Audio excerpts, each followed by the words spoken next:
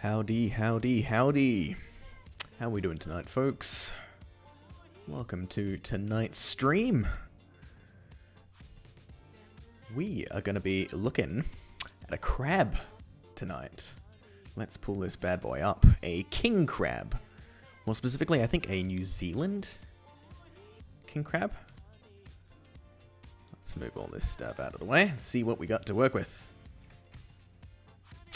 So, if you've joined my streams before, you probably know that I've tackled a crab before. So why am I swapping over to this one, which is a little bit different? A couple of reasons. I mentioned on Twitter that I want to start releasing rigs online in the new year. And unfortunately, I don't have permission to release that other one online. I believe it was paid for in a project that I was working on. And under whatever creative licenses, I'm not allowed to like release it or whatever. However, I was able to find a scan of a crab, which I believe is from like an Auckland Natural History Museum or something like that. Really cool scan. I grabbed that scan off Sketchfab, sliced it up, and retopologized it myself. So we're then going to use this version to rig up and hopefully do some cool animation-y stuff with. Basically, I want to create like a whole bunch of like unique animal rigs that you don't really see. Like human bipeds, cartoony rigs, they're out there by the dozen, but... Oh, sorry, that probably blasted your ears a lot. Yeah, like animals, weird animals and things like that you don't see as often out there, so thought I'd give that a go. Hey, Derabo1. Welcome, welcome. How are you doing? Yeah, the other reason is I wanted to update some things I did on my previous crab rig. There were some things I wanted to add in there, some additional joints, take some other joints out of there, just rework a small amount of things just to make the rig a little bit better from what I learned from the last time. So, oh, Hachimon as well, welcome. Thank you, first time chatter. Welcome, welcome. I think you might have, did you, you followed, 6 days ago. Thank you very much for the follow back then, if you maybe saw last stream or something like that.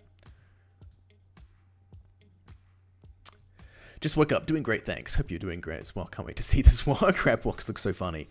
They like, do they got the side-to-side walk or something? I'm not even, these things, this crab, I mean, it's called a king crab for a reason. These things are huge. I think this is like... Oh, actually, well, let's see. I can just make a cube. Let's just blow it up. It's like 570 centimeters across.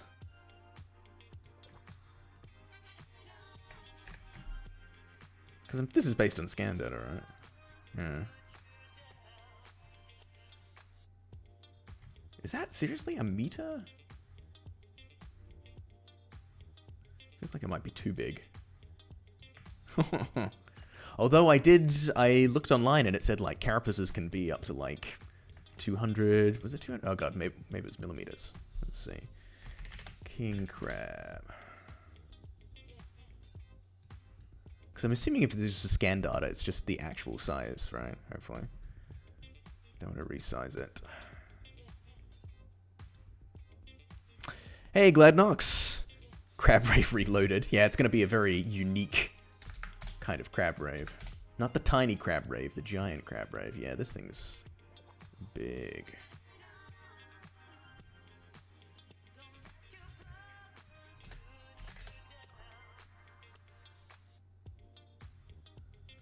What does it say?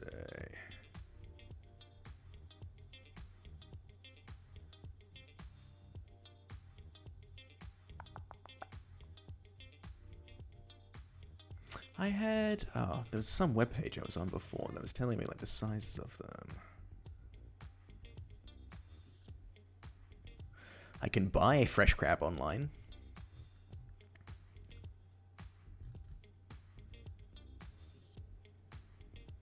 Man, I'm actually kind of getting hungry for crab.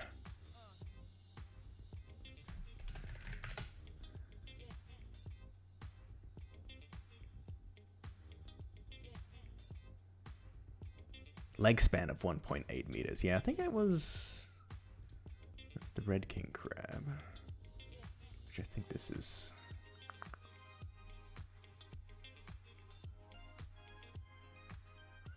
Carapace width of up to 30 centimeters. Yeah, that's way, way, way too big.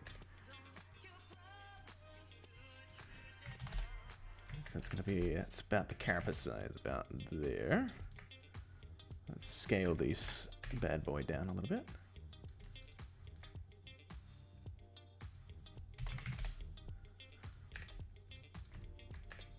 So if I blow that up, that's about 2 meters wide. Now, that's a bit better. We probably want to get the proportions roughly right before we start rigging, even though my rigs can scale. Let's just pop that out. And freeze the translation, put it in, freeze the translation, freeze the scale, and pop it underneath. These are all good, so we'll just save a version up. What do we scale it down? Scale down 0.3. Cool. Okay, so first thing we need to do is we need to start laying out some joints for this guy.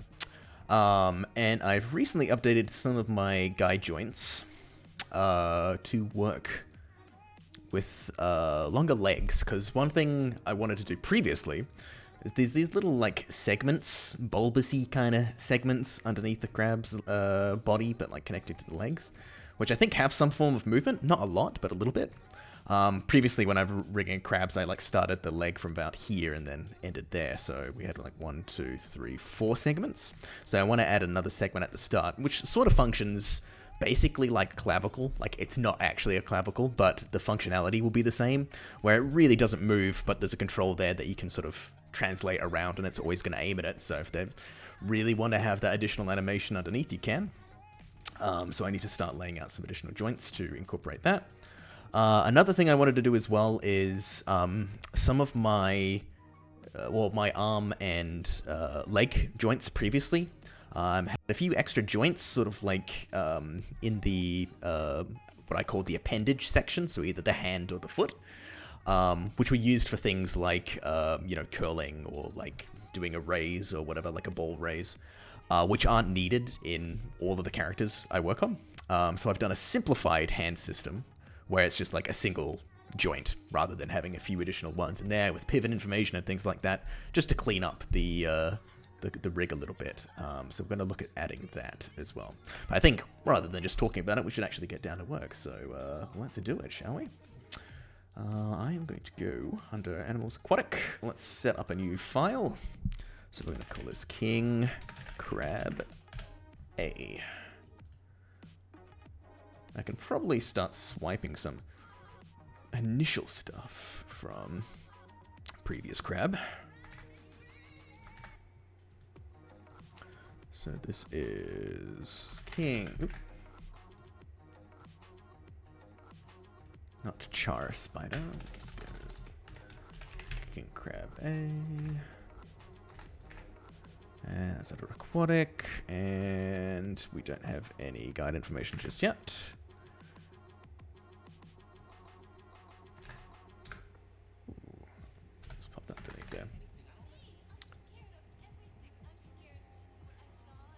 Cog thing, signs.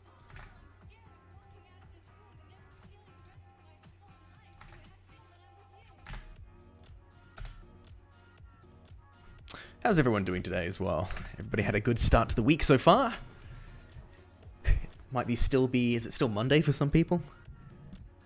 Probably not if you're watching the stream. It's probably start of Tuesday for most people.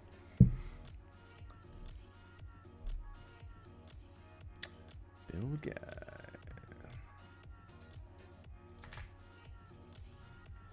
Has anyone been playing the new Pokemon yet? I bought it on Friday and played it for probably the majority of the weekend. And I could be playing it right now, but I chose to stream instead. I'm a sucker.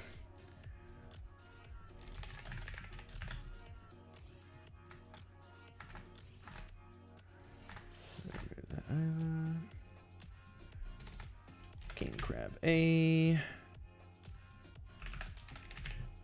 So we're going to slowly go through bit by bit and start adding in joint guide modules as we go. So first thing to start off would probably be, we don't want to call this the cog control. We just want a single joint. Basically, we want a single joint which is going to control the body.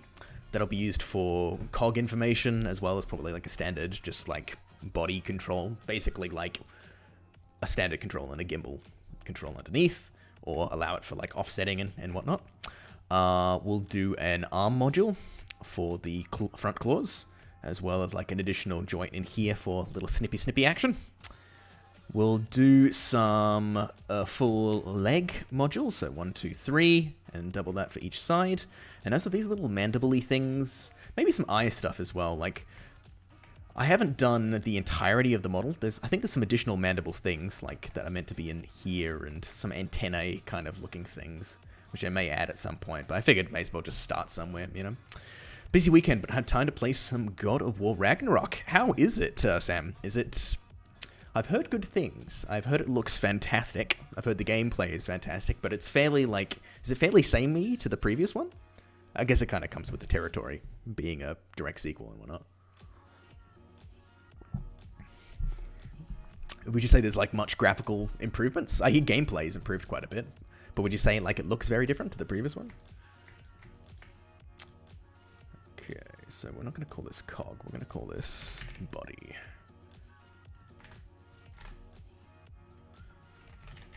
Body module. Do I even need to do body module? Yeah, I mean, I'd like... Actually, how do I specify that in other ones? Nah, just build it direct. Yeah, fine. That's fine. Let's just do a build there. And we'll call this body A.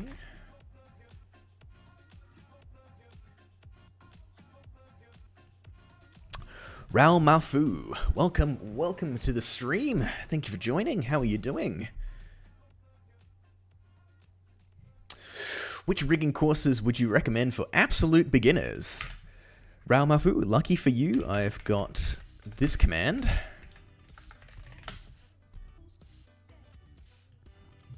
Absolute beginners, I would probably recommend... I think Chris Zerbrig's probably the one to go to. His Patreon's very affordable, $22 or something, $28 a month. So you can cancel it when you are not doing it, not doing the courses. It teaches you a wide range of stuff, like I think there's Mel stuff in there, there's Python stuff, PySide / QtPy stuff. It's really great for learning a bunch of different code, which is Maya specific as well. Dhruv Goville's Python course, really good. That one might be a bit more expensive, but I think it seems to always have some kind of like discount on Udemy. So that's the one I learned Python through, but I did know Mel scripting prior, so it was like me going from one to the other, and it helped me really, really easily. And Melinda's one, that's more for like fact stuff. So they're rigging adjacent. Chris Zerbrig's stuff is definitely more rigging based. Dhruv's is more like stuff to do with Maya. Like I think he teaches you how to do like a sort of like your own outliner and a lighting thing, and like how to save controls and things like that. So basically it's like learning yeah, in terms of like starting rigging, I wouldn't really be able to, like, if it's like you wanted to learn how to rig a character, for example. Is that sort of like how is that what you're after? Visuals are pretty much the same, still pretty and all. They made some questionable decisions at some places, but the accessibility settings are amazing. Yeah, that's really cool. Where to start rigging?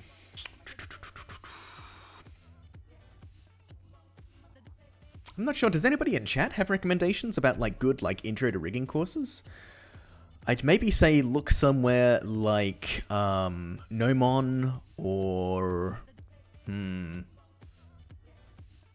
Rigging Dojo. Rigging Dojo definitely have a lot of sort of different skill level courses in there. Like they have like intro to rigging specific stuff like how to do faces, how to do how to improve the speed of your rigs and stuff. More advanced courses, more simplified courses. Like Rigging Dojo would probably be the one to go to, but they they might. Oh, would they be a little bit complicated? Probably not. They must have like an intro to rigging course. I just wouldn't be able to tell you what it is specifically. But I think some people in chat might have, at least some people who've hung around in the chat before, have some experience doing stuff there, so they might be able to tell you if they come in.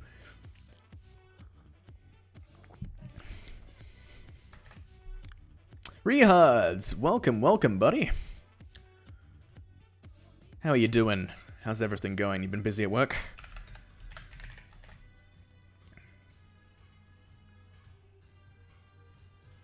Let me pull in this.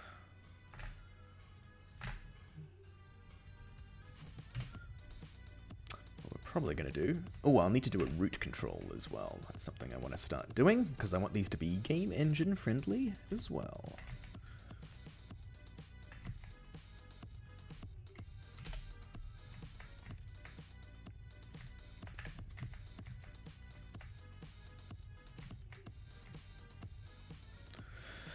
Had a couple wild weeks, got COVID, went to Spain, now enjoying vacation days. Are you watching this stream while you're on vacation?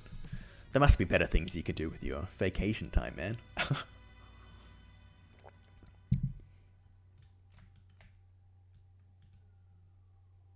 Are you, like, vacation at home sort of thing, or are you abroad right now? I guess, were you back from Spain, yeah? So we got, let's see... Today is the day for personal stuff, but yeah, I'm at home. Okay, that's a bit better. Like if you were holidaying in like Cancun or something, and you're like, you know what? I'm gonna watch Robbie's rigging stream. I think I'd have to like shut down the stream out of moral obligation.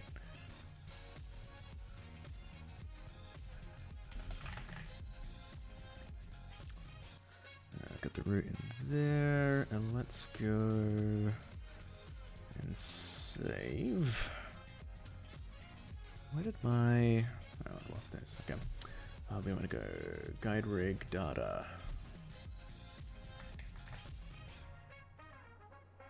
Save guide rig data. So got king, crab, a files, guide rig data 01, Jason.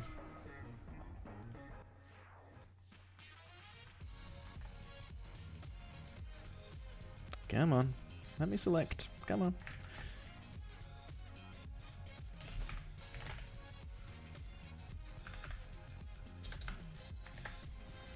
I had a work thing in Spain. Was nice, but would be nicer to have some more free time. At least that's cool. Was it on company dime as well? They pay for it all? I would drop by to say hi if I was at a beach there. I am hopefully going to be on beaches in a few weeks' time. I'm going back home again. Middle of next month, just before Christmas. First Christmas back in like 3 years. So it's currently fucking freezing in Melbourne. It's like the middle of spring, but it's still like, well, it's not freezing. It's like 10 degrees or something at the moment. 16 degrees, not that bad. But it's like, it should be 30 right now. I don't know why it's so cold. So going to the western side of Australia, I think it's going to be warmer. So I'll enjoy the beaches there instead.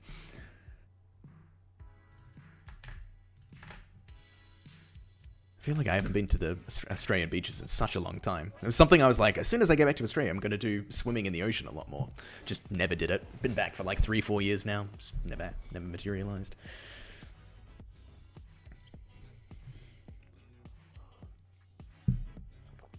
Winter has arrived here as well. We got snow. Oh, cool. That's very... Yeah, like Northern Hemisphere Christmases are so strange to me. You know, snow and everything. I know it's like the traditional Christmas thing, but in Australia, Christmas is warm. It's nice to be in the pool out the back, barbecue sort of thing. It's much more standard Australian Christmas. Let's see. Okay, so we got that set up. Let's see.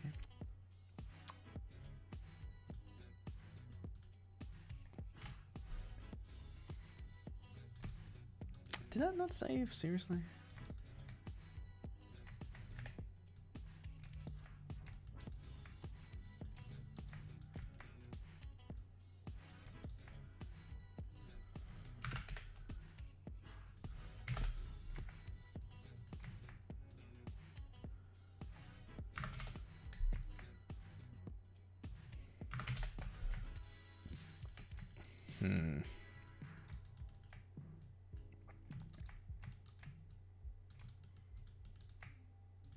There we got the root. What way are we facing? I think this needs to be up, right?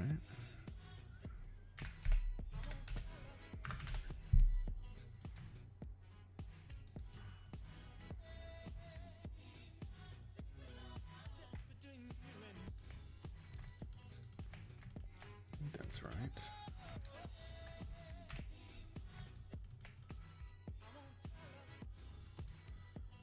Let's just start. I need to save this file because we're starting to do, we're actually doing some work. Starting guides. Just so we got a save file to work with. One of the few times that I actually do need a save file. Okay, we got that. So why wasn't the guide rig data loading? Am I doing something wrong? Oh, I'm probably pulling in from the wrong asset name or something,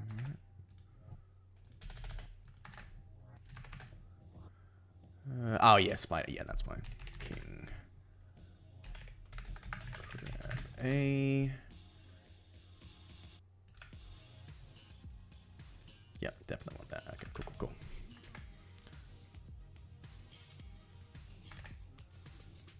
Let's just double check this works. I'll go to save guide data again.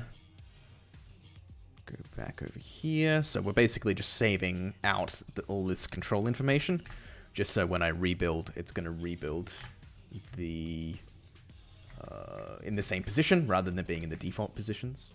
Let's make sure this is saved, and if I do a rebuild, should, yeah, rebuild them in the same place. Sick. Okay, that's all set up, so we don't need to worry about that for the time being. We just need to worry about adding in the other modules, getting them into place. So let's do arms. So, new guide modules. We got new biped arm guide, which I'll probably have to override the old ones with at some point. I just want to make sure they're all working first of all. So for side in LR, because we want to do arms on both sides. This is also interesting as well because this character is asymmetrical. They've got different sized front claws, so I'm going to have to make sure I can address that as well. Specifically did it for that reason, because I'm like, that's a nice little additional challenge. Not really a challenge, more of an annoyance, but you know. Asymmetrical characters, there's always... So like, okay, I always have to rig something, you know, I rig one side, then I have to rig the other side again.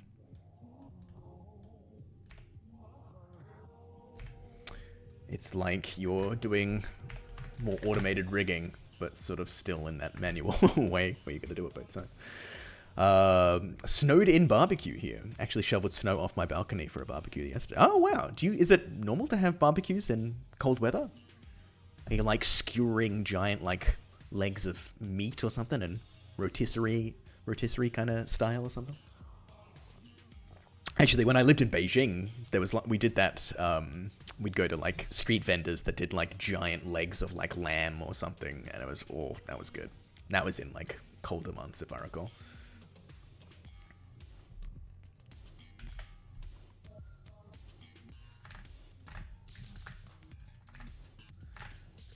That. Let's pop the arm dictionary in there. I don't think others would approve, but I really love barbecue. Usually people don't do that. Okay.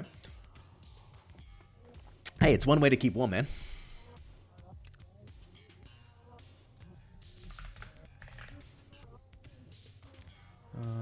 So we'll do control scale value.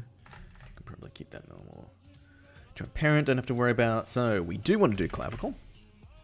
We do want to do an appendage, which will be the hands of the arms in this case. And we want to do an appendage type simple. This is my new one.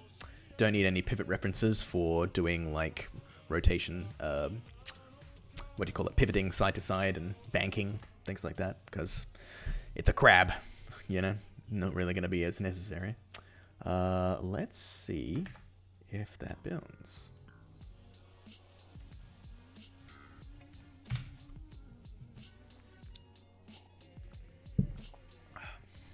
Hell yes, it does. Cool. So we've got simplified, where we now have one clavicle. We got the standard biped 2-joint arm. Well, 3 joints, 2 spans. And a single joint at the end, which is still influenced by this direction. Because we do want like a bit of visual feedback. Like what I'm gonna do, I think, in the rig is I've got an option to rebuild joint chains, like with different names. Generally, if I'm building something for a game engine, I'll just rebuild like an additional layer of deformation joints on top with simplified names and getting rid of end joints and things like that. So I'll have like a Maya joint skeleton and a export game rig skeleton, which is a bit more simplified. So I'll probably build on top, and it'll need the rotation information of this joint, but it won't need like that end one or whatnot. So we can still further simplify this in the future, but for the time being, I think that should be okay. Let's quickly position stuff. We're going to get a bit more specific with things. Actually, I've already got a thing open. We're going to get a little bit more specific with laying the positions out a bit more. Oh. Why did that not import? Unrecognized. Ah, yeah, it just didn't update. That'll be one.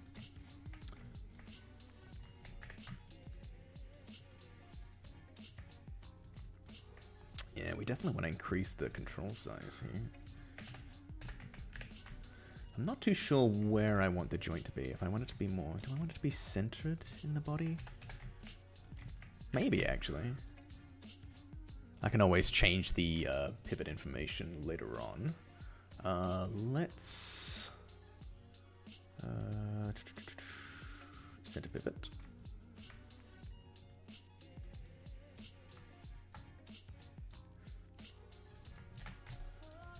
So just place that over yonder. We can pull this control up. Just so we can actually see them if we want to grab them later on. So we got the up vector information and the aim vector information. Pull that out. And I want to set, so Y will be the up vector, and we want the front facing vector to be the direction. Cool. That's all good. And the joint for the root is oriented correctly. Fantastic. Alright, let's roughly set up the arms.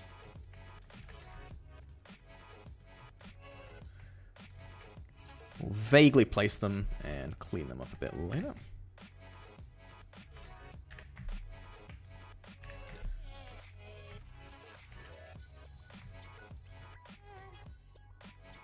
It's probably going to be... Where would we want the deformation? We definitely want the elbow to be about there. The wrist to be here. Where do we want start of the arm to be? Probably, yeah, probably in that chunky bit here. Right about there-ish. Put a cluster there with a locator for reference. Grab that edge loop.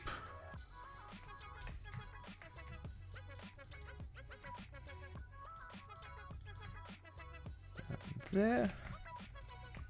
Cool.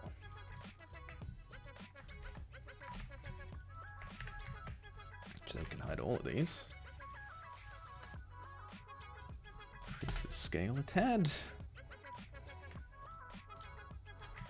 Put that there. That one there. That one there. I think that's actually not oriented too bad. So by default, we may have to like tweak the rotation a little bit, but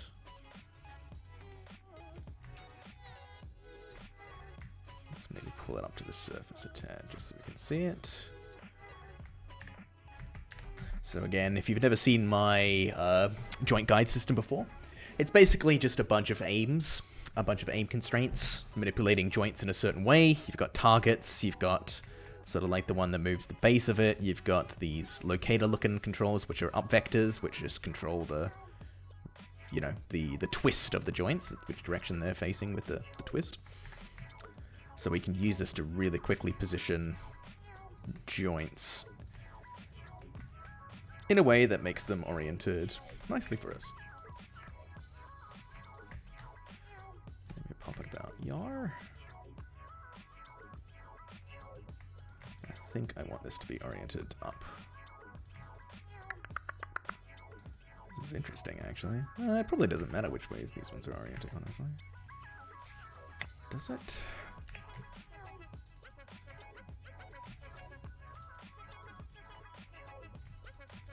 Something like that.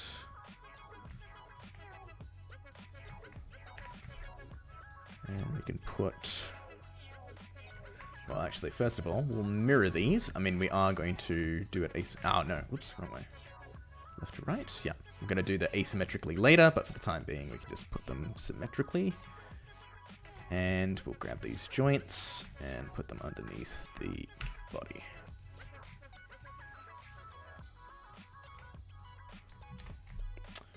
Probably want the joints... Let's, in our script, let's change the joint radius value to be maybe a bit bigger. Joint radius size, how does 1 look? Still a bit thin, maybe 2? Yeah, 2's a bit better. We'll maybe increase the size of our controls a tad as well. 2, let's bump them up to maybe double the size?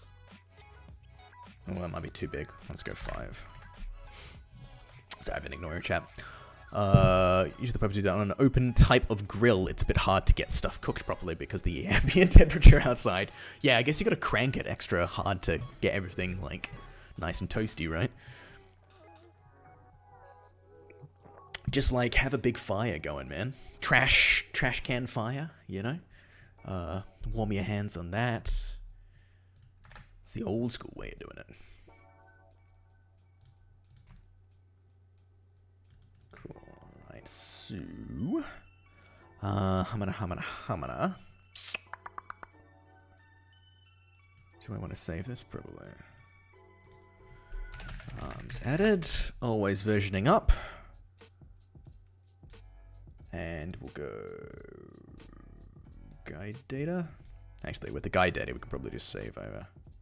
Because that's not too bad for the time being. It's still very temporary stuff. In fact, I should stop closing that window. We're using it enough. And now let's do a rebuild again. See if it's all good. So it shouldn't build everything, and the arm should now be in the same position. Ooh. For some reason those joints needed a refresh. Interesting. Joint radius is not coming through. Why?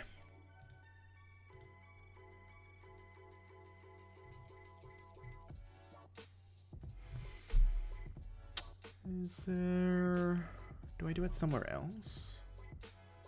Oh, you know what? It might be somewhere different now. Control scale value. Joint radius value. Yeah, I do it as a class variable. Not one in the init.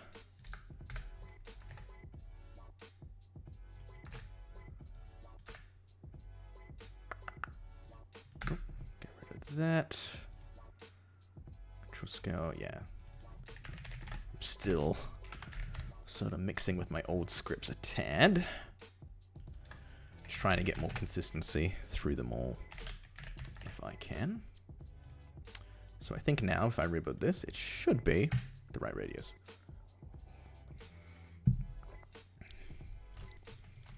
That's looking a bit better. Yeah, why is that? If I move that, yeah. Refresh issue. I wonder if it's an issue with the IK handles? Annoying.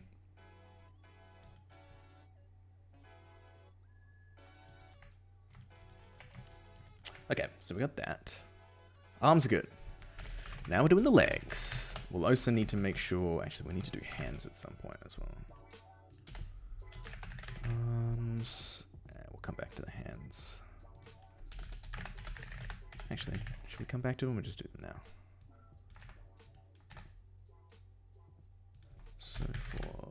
enter in ABC. We'll set up the legs.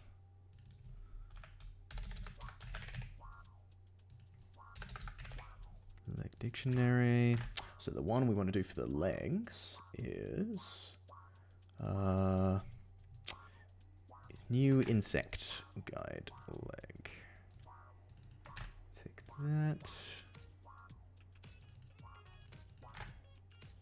And let's just make sure our dictionary values match. Dictionary keys.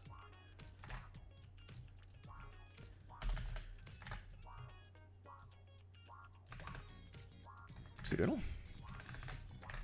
So we got modules. These should all be, well, let's do that. Leg. So we've got the side, because we want it to be left and right. And we also got 3 sets of legs. So we need to make sure they're denoted as such. So easy way is just to put a letter at the end of them. Leg A, leg B, leg C. You might have noticed this is called King Crab A. This is just in case in the future if I want to do King Crab B or something else. It's always good to have sort of like a suffix to denote, you know, what could potentially be an iteration in the future. Clavicle true. We want not to do an appendage this time. So we don't need to worry about appendage type. And we don't want to do pivot references. Number of joints is the one that we want to add though. And I believe it's 4. So I generally split what I refer to as limbs. So limbs meaning legs, arms, you know, those, what you classify as like an arm or a leg, basically. It's like the general term I have for them. I split it into 3 parts. You have the clavicle, you have the limb, and you have the appendage. So the clavicle is just like an additional joint you can add at the start to have like sort of clavicle-esque behavior, even if it's not technically a clavicle. The limb would be the in-between part. So on a standard human, you know, it would be the 1, 2, 3 joints, the 2 spans with the standard IK movements or whatnot. Or you could up that to be something like a quadruped, where it's maybe got an additional joint in there with a little swivel control or whatever. Or if you bump it up to insect level, it's anything beyond that. So it could be like a ton of additional joints if you wanted.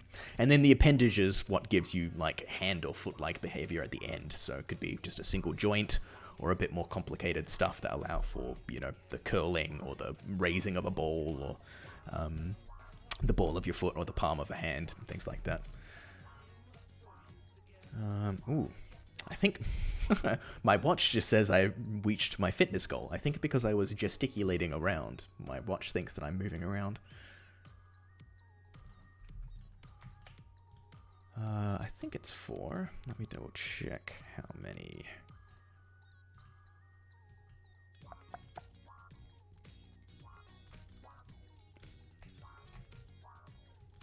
So we've got 1, 2, 3, 4. Yeah.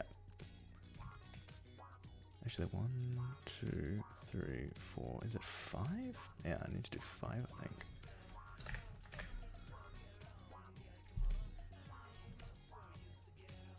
So yeah, we'll come back to the hands because I just want to make sure I've got this out of the way. And let's just do A and B first of all.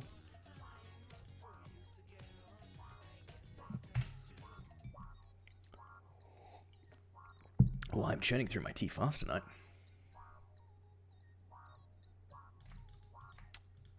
So I'm just going to build them all on top.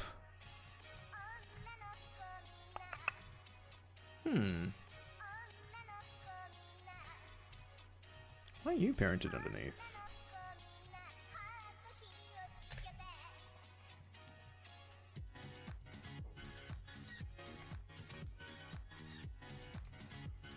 That's very strange. That's already coming through.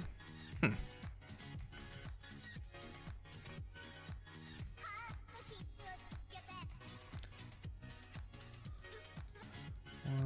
2. Yes, I think this is the right amount.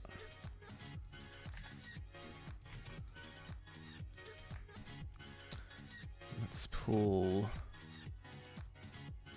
Mr. Crab back in. Hide you, hide you. So we can even separate these.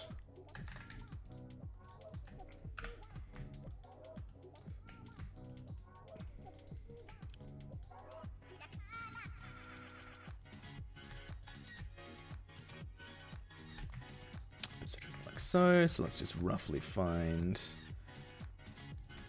parts here. So I just select an edge loop and I quickly create a cluster, and then a locator at the selection just to get that center point. Not the only way to do it, but that's the way I like doing it. On there, probably in about here where that seam is. Down there.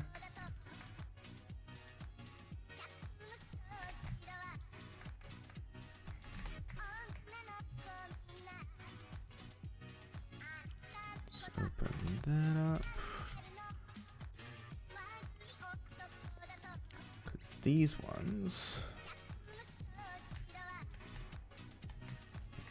there.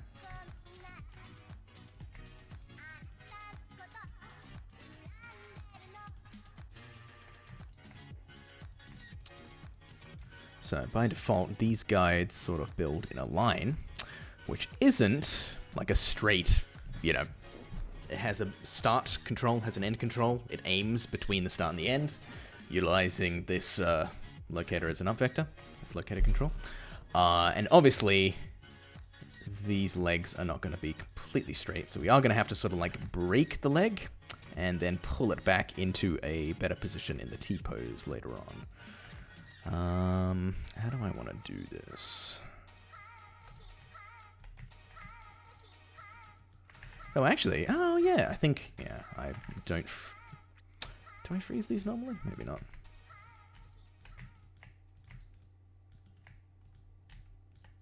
Oh yeah, oh damn. Well, let's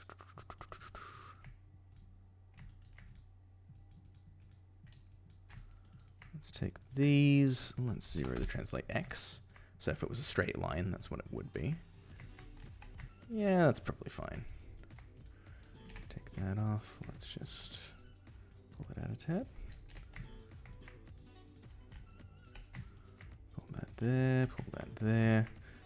So basically, we're going to pull these back into position. Like, we're going to figure out the sort of weirdly crooked up vector for each of these leg segments. And then when we create a T-pose, we're all going to align it nicely in one line. So it's kind of down to the animator to choose, like, what kind of offset legs. Because otherwise, it's too difficult to sort of, like, maintain. Cool. I think we'll leave it like so for the time being. No, not you, not body.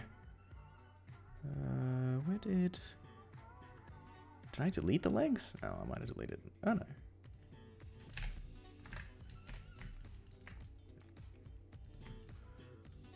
Yeah, okay, roughly in position. Yeah, let's come back to those. Let's mirror left to right. It's very weird. Why are the joints like not refreshing? Guides, lock control via locator, because this is not in the right position for some reason. About yar.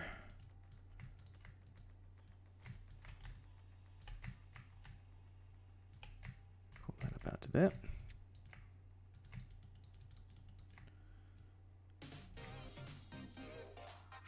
That's probably fine.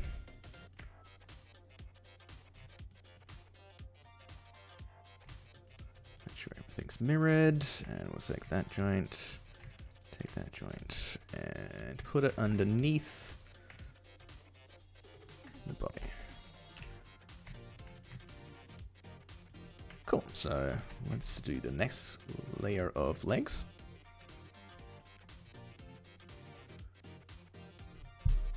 Legs A added.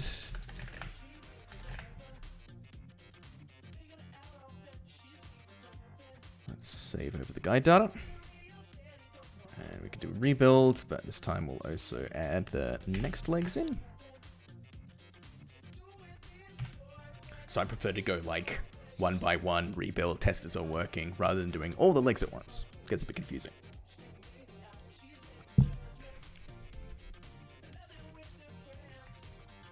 Cool, everything's still building right, but yeah. Why are the joints not refreshing? That's so weird.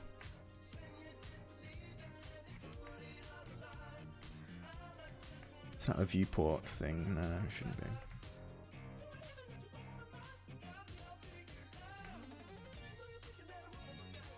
be. Let's save this first of all.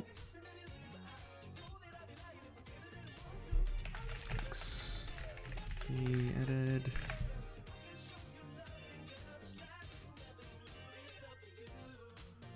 Pull that in.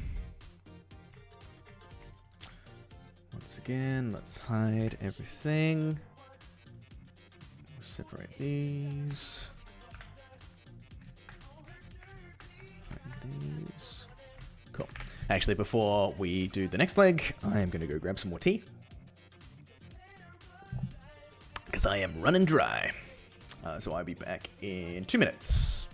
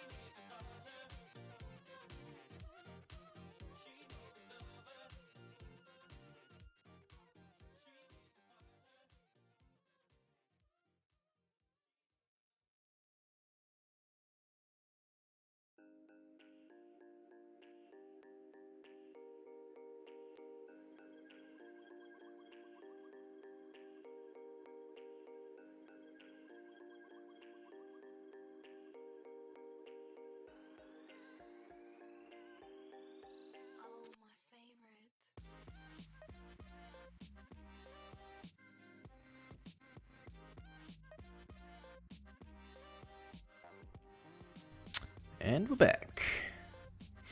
Not sure why, but I'm smelling something spicy around. I had like a spicy burrito for dinner, but I don't think it's that. I'm not sure if it's something cooking in my apartment complex somewhere, but I don't know, something smells good. It's not remnants left on my mustache. No. That can happen sometimes. Enjoy the meal twice when you have a mustache. This is just standard green tea, Riads. Because I've got my giant kilogram pack that I'm trying to still get through. Made a fair dent in it, honestly, I must say. It's like maybe 1/3, 1/4 left or something. I have it like every single day. What are we doing? Let's get this all sorted.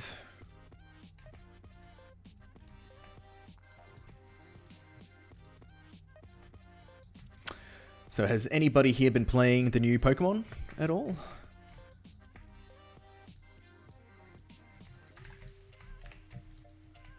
I've been playing lots of Scarlet version over the weekend, and I'm kind of craving to play a little bit more. Oh man, I thought you got a new one perhaps. That's a biggie.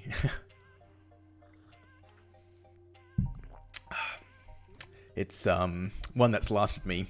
I think I got it like halfway through the year or something, when it was like turning into winter. Yeah, lasts a while. I need to update my rotation a little bit of teas I drink.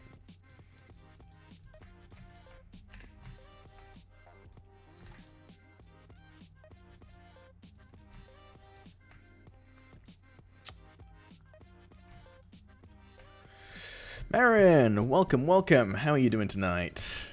Today for you, I'm sorry.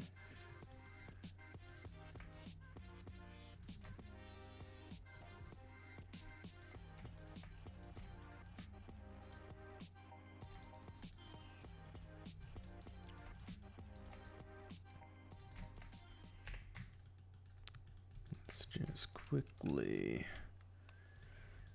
add in some locators. Cool. So that should be on all those segments. Pop that up.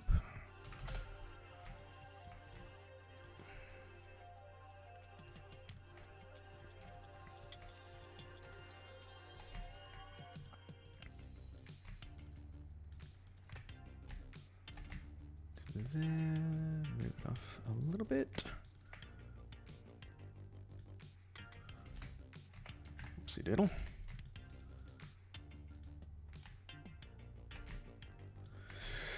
I am doing well.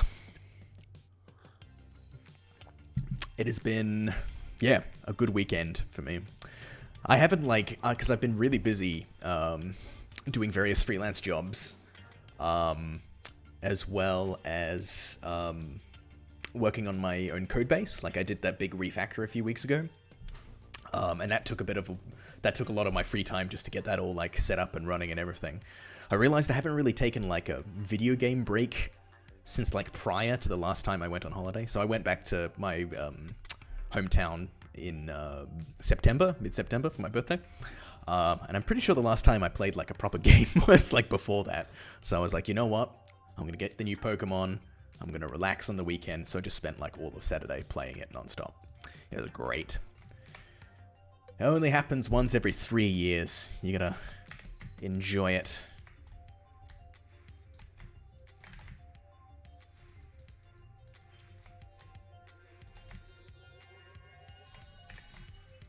Let's get there. There.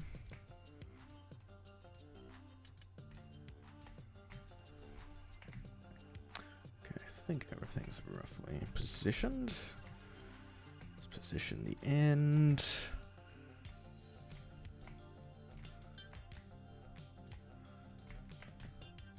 There, one there. One there. Let's mirror all these controls.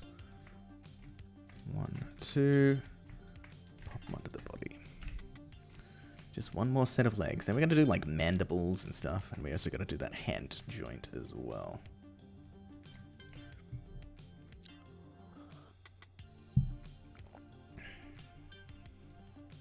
Cool. Let's make sure that's saved.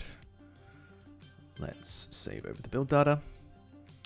And we'll do the final leg, which is leg C. Get that all sorted out next.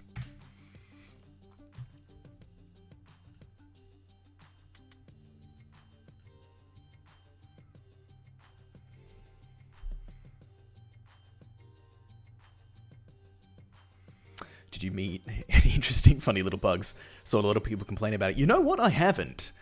I've also heard of a lot of people finding shiny Pokemon.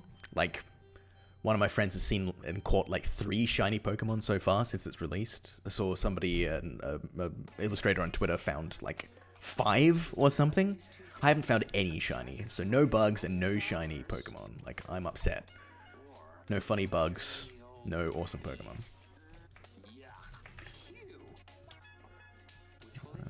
How's the gameplay? I mean, it's definitely standard, like, Pokemon gameplay. The open world stuff is nice, though. I'm a sucker for the mainstream Pokemon games, though, so, you know, they can all be the same, and I wouldn't really... The gameplay doesn't matter to me. I still play them. As long as I can add it to my living national decks, it's all good. Although I need to fill in some gaps.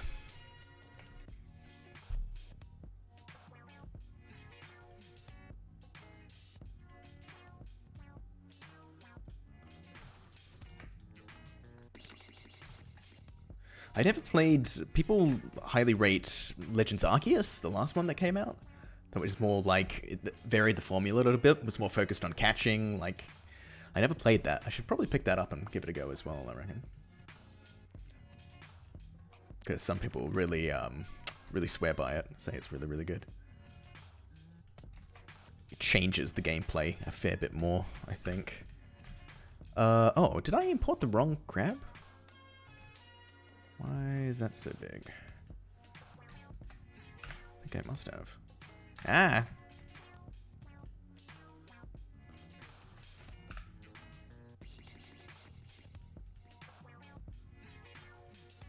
Yeah, that's better. I was like, why is that crab so giant?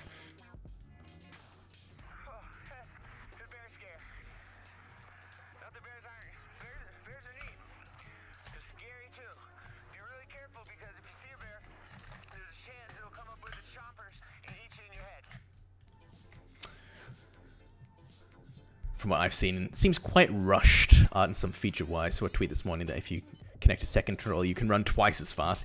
Yeah, it's like... I mean, most games these days could do with another, like, year of development or whatever, right? Like, it was the same with Halo Infinite.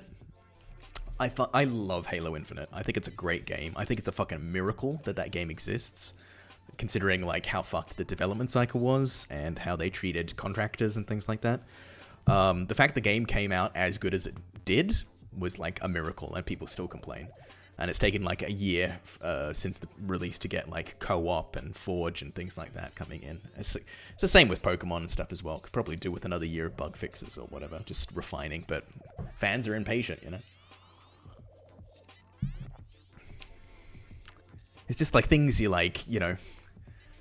I guess, like, because we are artists, or at least me as an artist, I'm always way more sympathetic to, like, game devs and things than I think most of the mainstream gaming audiences. Like, I saw a lot of people on Reddit, like, crushing, or, like, just being, like, total assholes about, like, textures in the environment and stuff.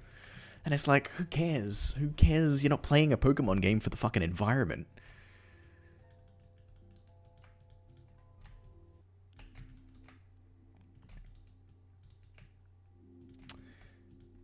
Yeah, having a bit of experience in game dev now as well. Like, I can also appreciate how difficult some things can be, like, technically, when you've got, like, limitations or, like, restrictions based on, you know, tools at the studio, things people have done previously, like years before, which can't be changed and things like that, you know. Makes you more sympathetic. I think it's still great to finish and release stuff, call it a day. Not everything has to be necessary to be the absolute best of the best. Yeah, like, yeah. I definitely think, like... Yeah, I saw somebody saying as well, like, they feel like Twitter has a tendency to, like, amplify things which aren't necessarily, like, hugely prevalent problems. Like, people will see a funny bug and repost it, and then people are like, oh man, this game is, like, so buggy. But it may be people who have just, like, you know... There may be much fewer people out there who encounter that, but Twitter just makes it seem like there is way more out there because of how posts get amplified and things like that.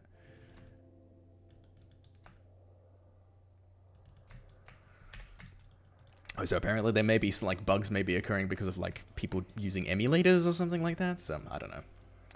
This is all secondhand information, I'm not too sure. I ain't following it too closely. I'm enjoying the game. Oh boy, I need to fix that.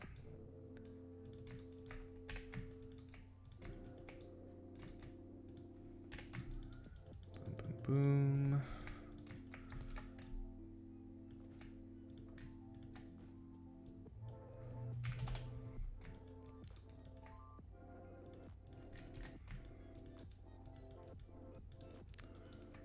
Okie dokie. Let's start positioning.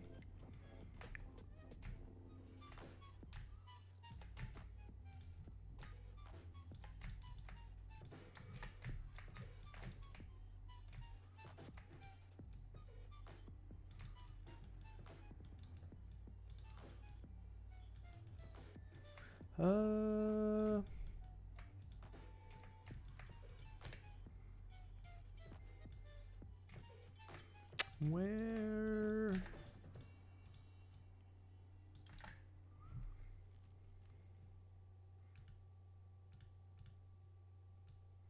Whoops. Completely missed that. Was that there? Was that like hidden? I feel like, I swear, I did not see that blue control there. I'm going crazy, folks. Or things are not refreshing.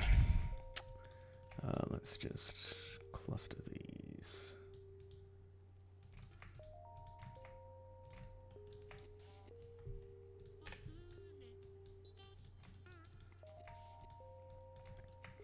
Twitter amplifies that stuff for sure. Social media in general, I think, just adds so much unnecessary clutter sometimes. Yeah. You're off for a bit. I got a new thing. Riyadh's, wait for it.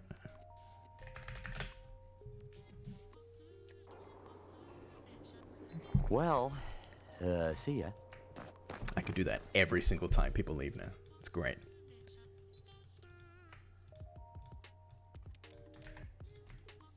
Oh, it was hidden. Wait, did it change color? Oh, it's hidden. Oh, I see. It was hidden by that. Yeah, okay, makes sense. I'm not going crazy.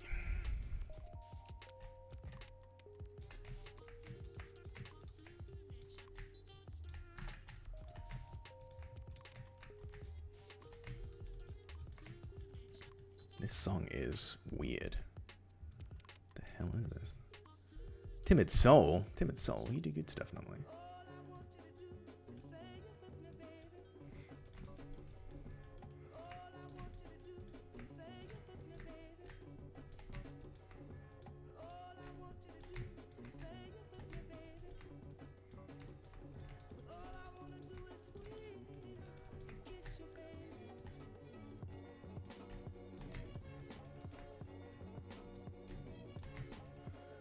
Okay. Legs laid out. Smooth view. Out there a bit. This one. That a bit.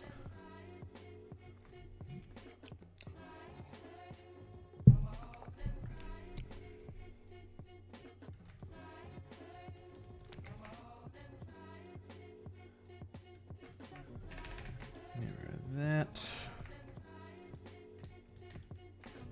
Grab these, put onto the body.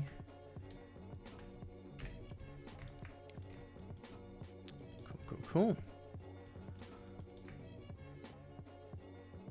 Well, I didn't even save this one. I gotta make sure I save my files, guys. I need reminders.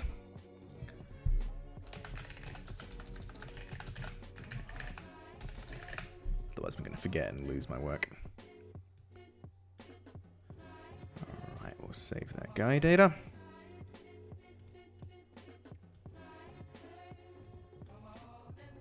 And let's do it one more time.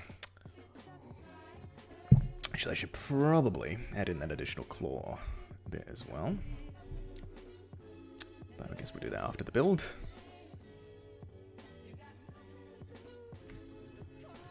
Yeah, look at all this stuff not refreshing. If I just, like, touch this controller. Boom. Something is going on with these new ones that I've set up. Interesting. Haven't encountered this problem in my previous modules. Okay. Now, we want to do... not root, but we can take this one.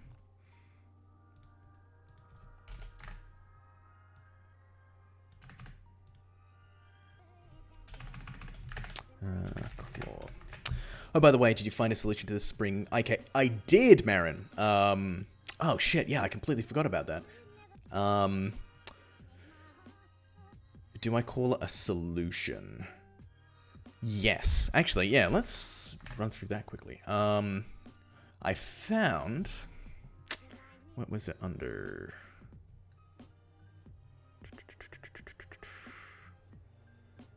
IK handles.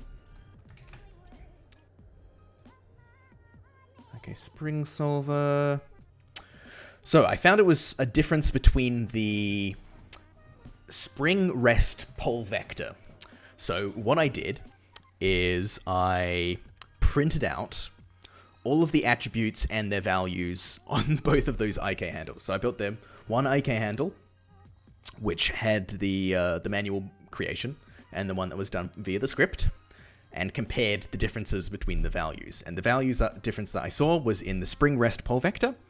So all I did was copy the pole vector values that were generated over to the spring rest pole vector values, and it fixed the offset. In terms of fixing the difference, so when I created a pole vector from the first two joints, and how it would like sort of offset the twist, I found a way of getting that twist value, like negating that twist value, so applying it to the IK handle twist. Basically, all you need to do was like set up a locator that aims at the end of the joint chain and has the up vector pointing towards wherever the current pole vector is. You're basically recreating, the IK handle using like an aim constraint, and then you find the up difference by moving the up locator into the position of the where you actually want the pole vector to be, and then just add that twist offset into the legs. I think I can maybe show you on... Can I rebuild Mr. Rex? Do I have him? Spider crab, horse. Let's see. Where are you, Mr. T-Rex?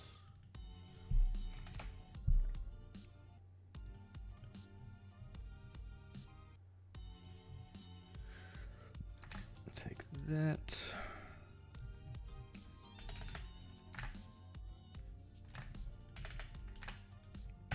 This might take a little bit longer to build.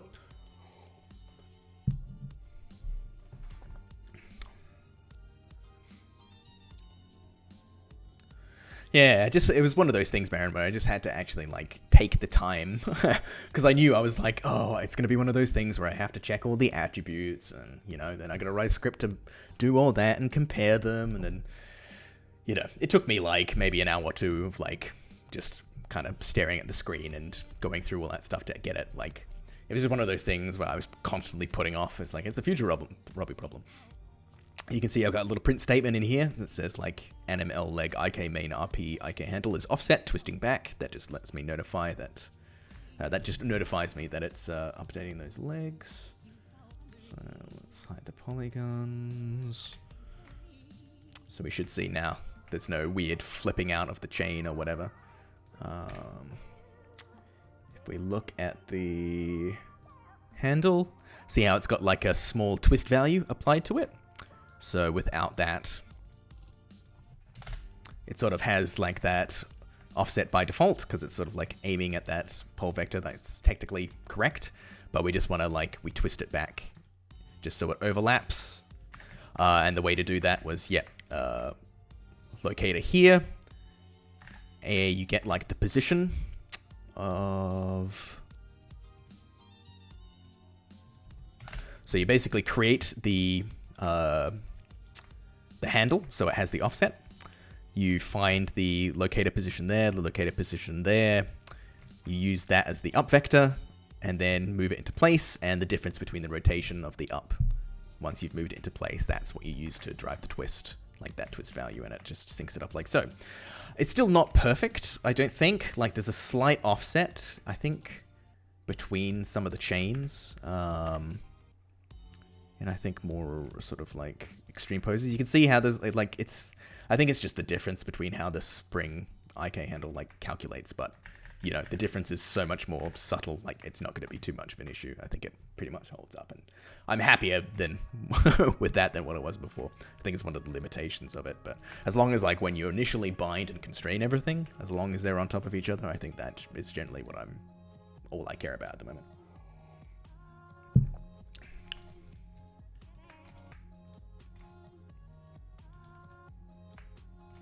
Cool.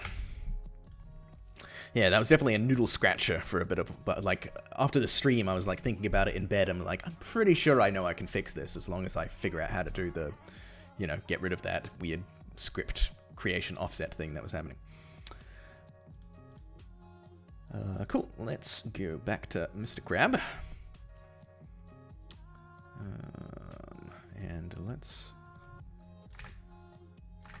Actually, we don't want to call it hands. We probably want to call it claw. Let's do that. Claw A.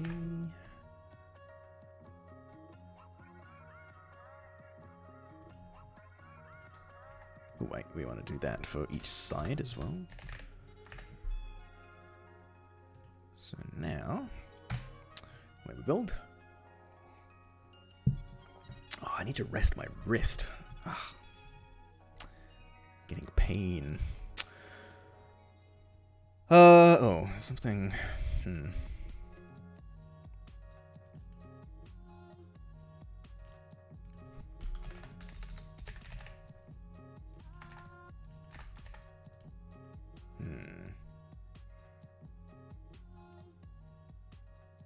This should be different.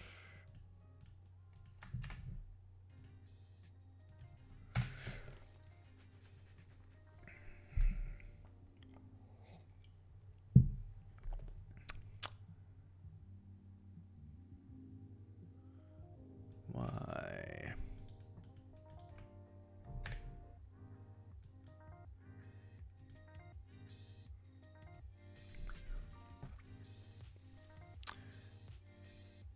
Build guides.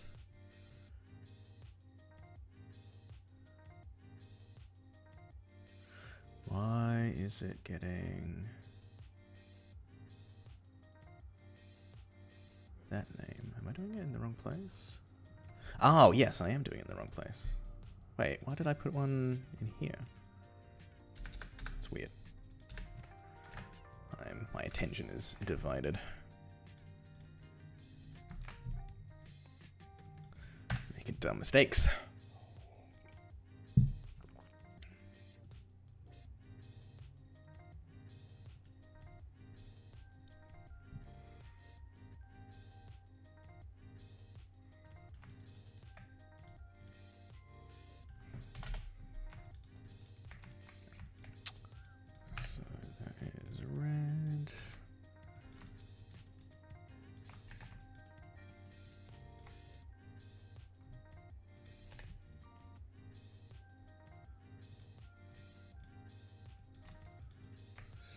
Base. Okie dokie.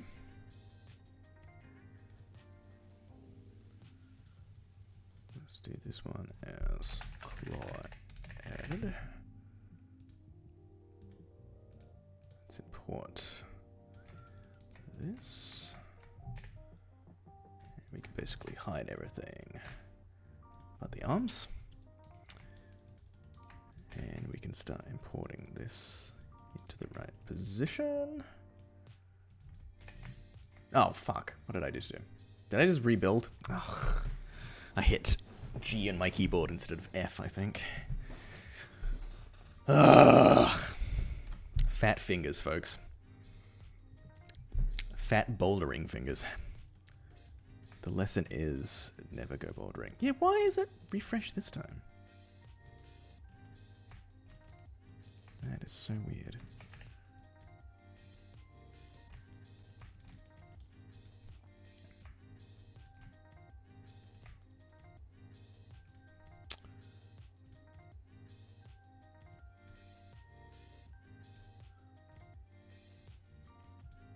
Alright, well, we save over you. All added.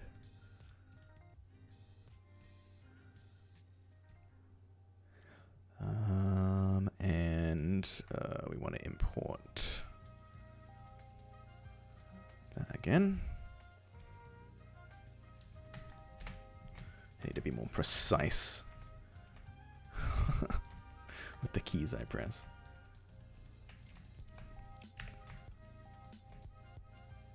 Go about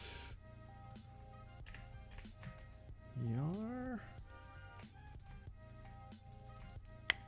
That might take a bit of finesse a little bit later on, but cluster.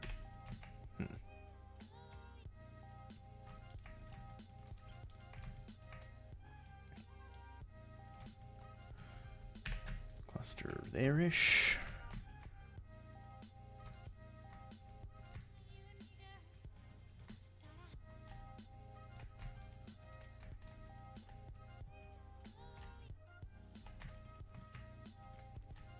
How is your job search going, Marin?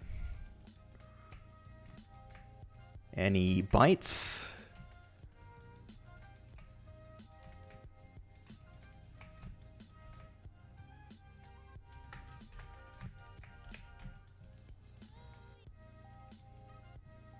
I think that should be okay to leave like that for now.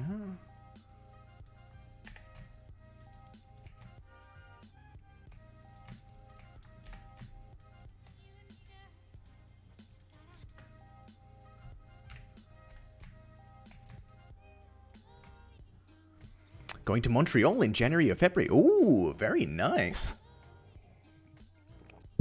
Do you have a job lined up, or are you going over there and then like finding a job sort of thing? Make yourself more appealing. Who do I know who lives in Montreal? Matthias Roisvik? I think Matthias is in...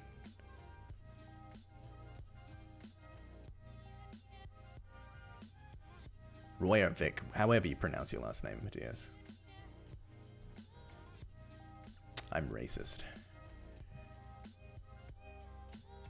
Got an offer there. Yes, awesome, dude. Congratulations. Oh, that'll be exciting. You pumped for it? Have you been to Montreal before? I'm assuming French speakers there. There'll be a... Although the French Canadian, different to French. Tabernacle.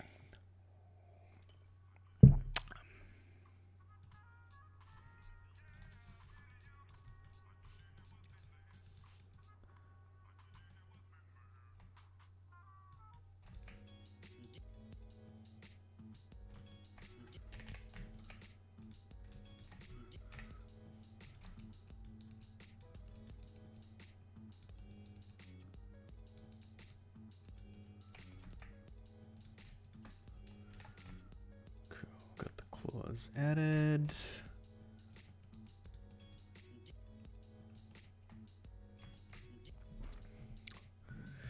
Never went there. I'm really excited. I've been told friends living there. It's a great city. Yeah, I hear a lot of Canada is very, very livable.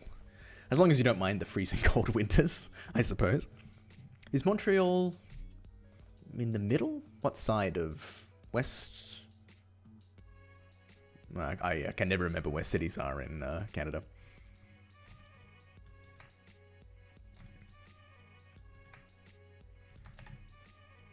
Got that. Do I want to bother adding any more stuff for the time being?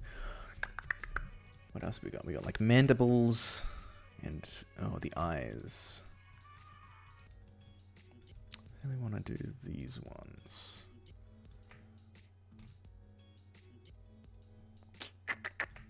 Maybe an insect leg chain. 1, 2, 3. That'd be good to test out, actually.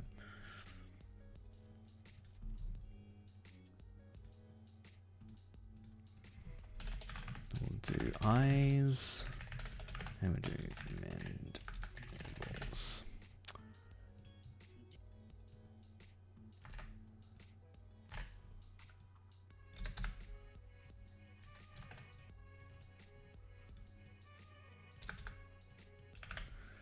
Mandibles dictionary.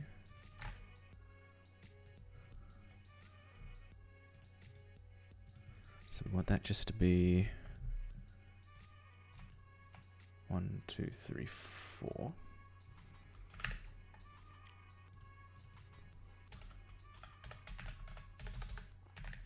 Mandible A. And I can probably steal the eyes from the human.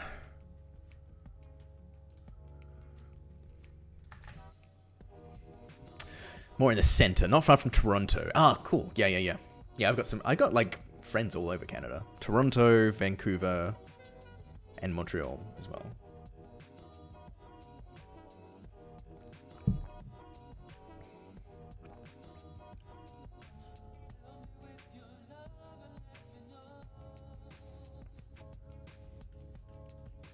Oh, that'll be really cool then. Is it a long contract? Is it like a year, 6 months?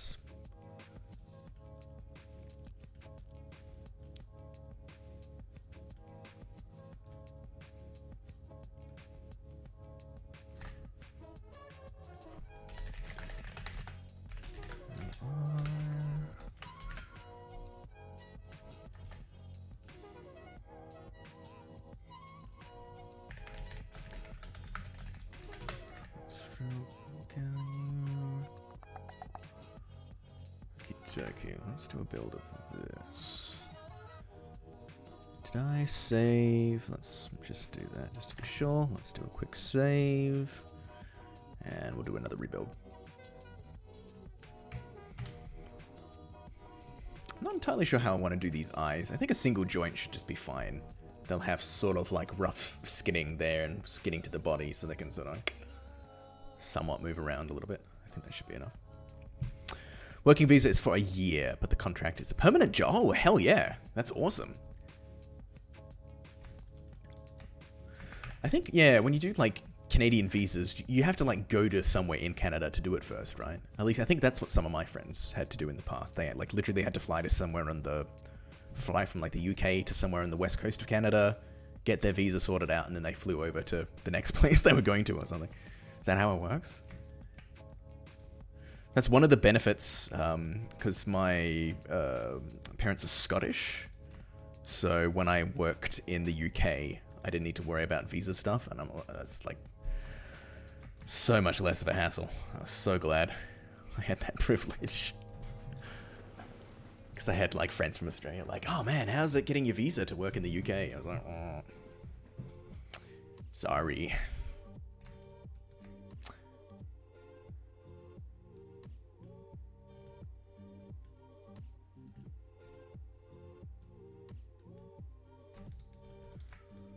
Alright, mandibles and the eyes.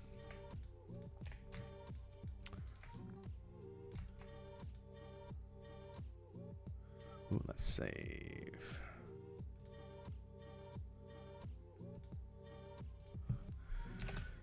Eyes and mandibles.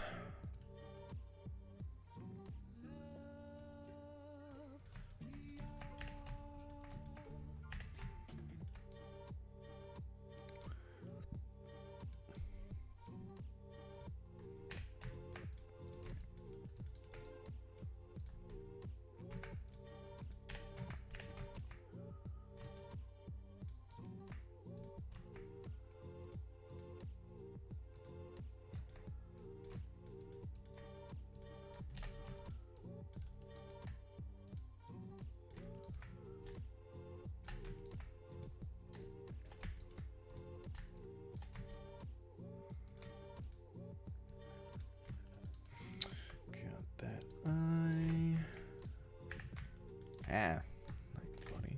Where's the eye?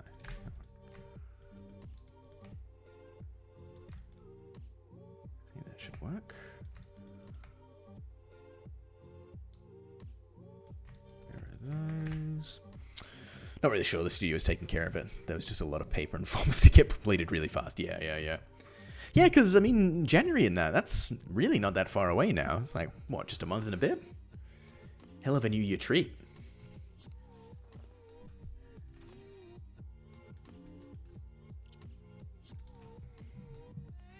Do you know anybody over there? Do you have friends in Montreal? Oh yeah, you said you were told by friends living there that that was a good city, so.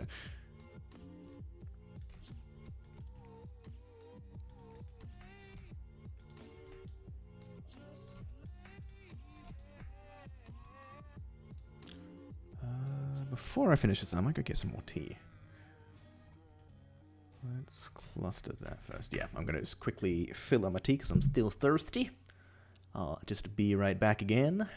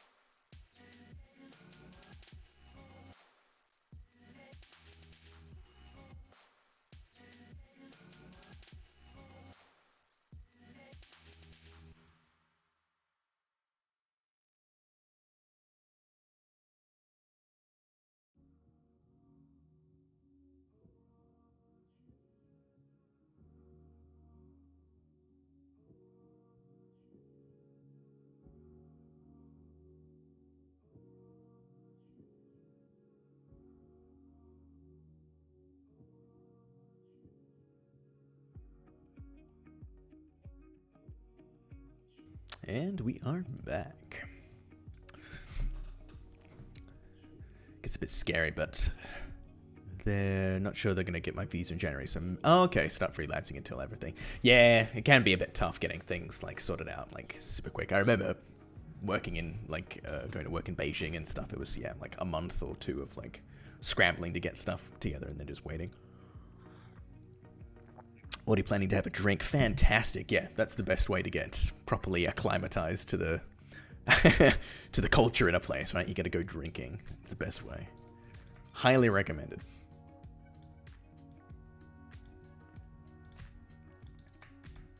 God, I miss work drinks. Having worked from home for so long and also working freelance, I miss work drinks.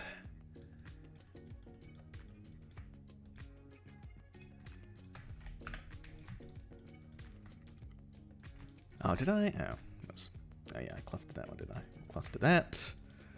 We want one probably around... don't want to assume the angle.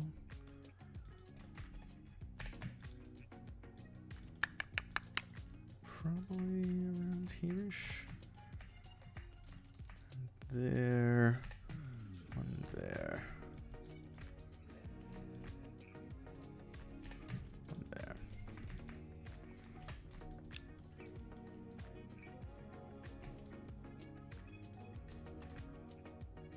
Wait, did I... What is going on?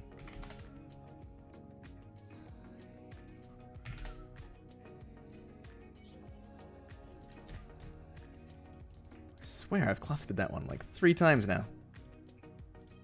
Must not be hitting it right. There we go. Okay, we're good.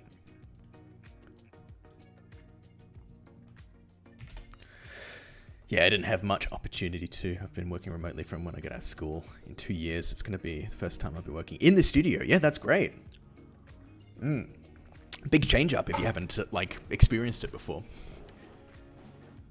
Yeah, like, I know some people are fairly divided on, like, going back to the office or not. Some people love it, some people hate it. I think it's more like the people with, like, who are in their 30s or 40s who have kids and families and stuff that they have to go back to. They appreciate the work from home more because it means more time with their kids or helping out their partner with the kids and whatnot. It's the youths who like going into the office. Or maybe people who want to get away from the family. Get some peace and quiet from a crying baby.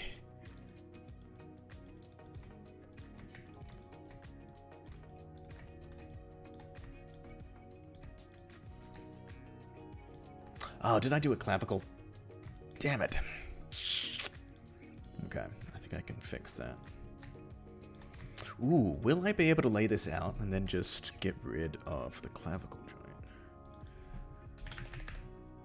And will it still have all the proper joint data? Let's find out. I think my music is nearly done. Oh no, it's still got a bit to go.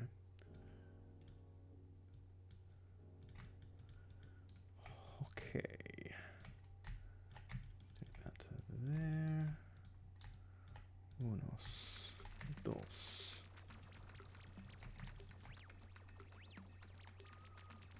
Guides, mirror left to right. Okay. We won't put those under a joint just yet. Let's save that. Save the guide data. Let's try rebuild and see if it does what I want it to.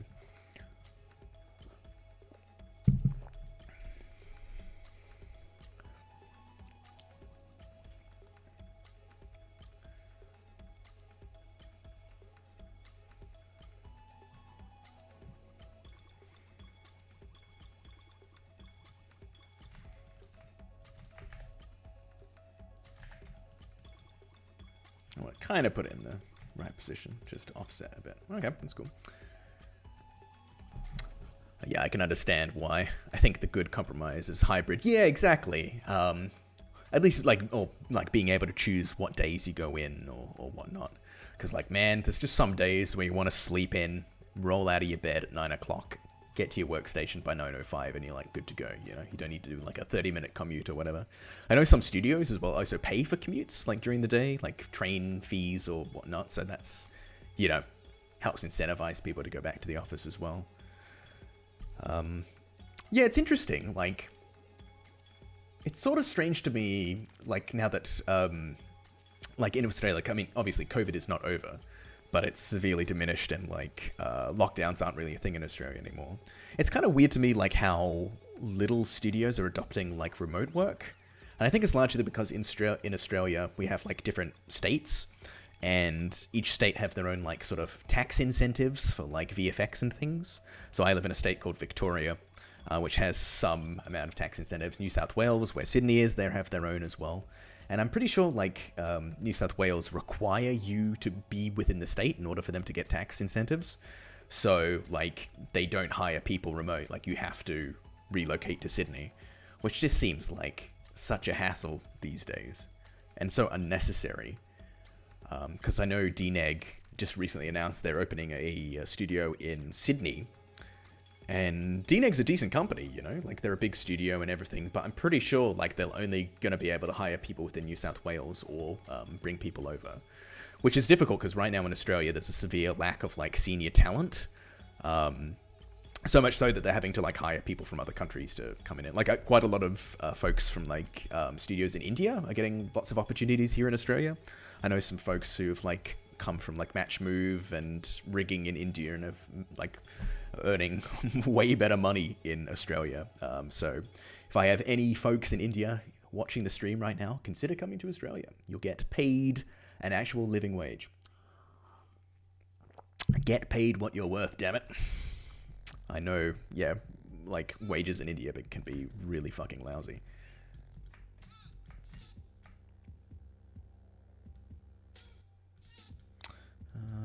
Let us pull in.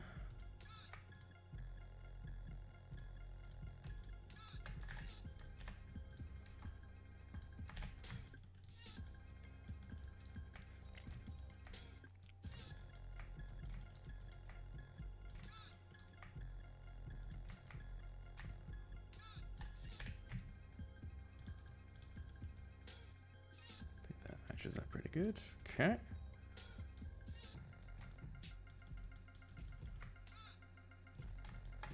These, let's put them underneath the body. Man, the body is going to be so many joints.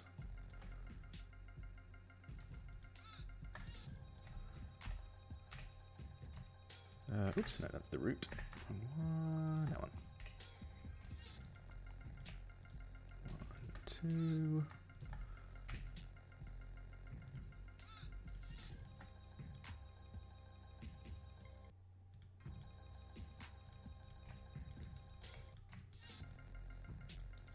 Cool, so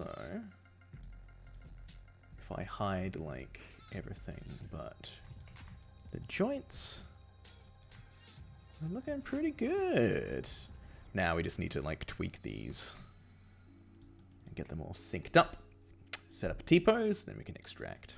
Don't know how far I'm going to get tonight with this, but we shall see. Hopefully I can try and... I mean, right now I could probably do a quick extract and just set up like the... Do I want to do that, or do I want to kind of complete the guide? Probably complete the guide. Let's save that. I've been looking to apply recently, and all decent technical animator openings in film I found were in Australia. Yeah, exactly. Yeah, I think the shitty thing is, Sam, like, they're all looking for pretty senior folks as well. But yeah, because there's a severe lack of Australian senior talent in Australia right now, because they're all, like, hired. There's a severe lack of, like, there's a lot of studios looking for places, looking for artists all over the world. And there's just a lack of people do it, because there's just so much work right now and not enough bodies to sort of, like, throw at it, so, yeah. But I always say, like, hey, apply for them anyway. See if anything comes from it, worst they can say is no, you know?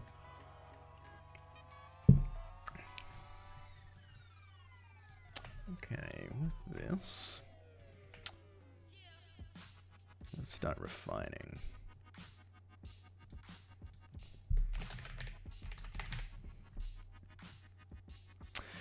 Yeah, but it seems they are so desperate that they also want juniors. Yeah, because they may just need, like, an amount of people to just throw at problems, right? It's like, well, you know, we can't have a senior, but we can have 3 juniors. You know, maybe that's worthwhile. They might hit, like, a critical mass where they're just like, you know what, fuck it, let's just do it. Let's just get these juniors. Let's give them a chance. I hope it gets to that stage. That'd be great. Lots of opportunities for people, you know?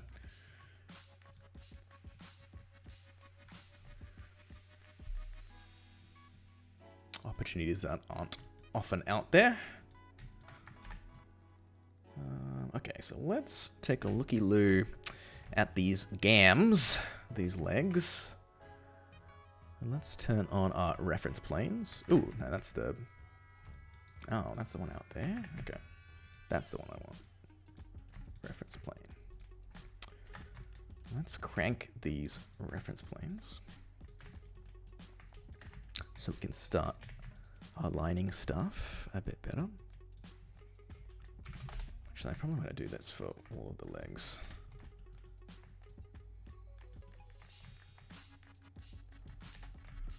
In fact, let's do that.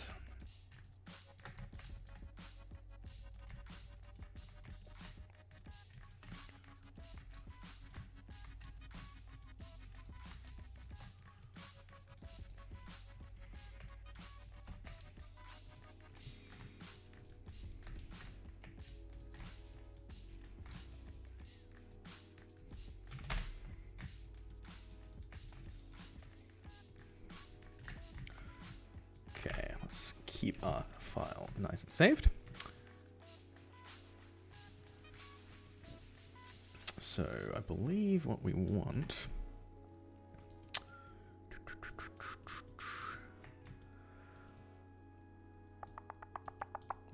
so I can do, oh, how do I have this set up? I've got it so if you go into tertiary chains,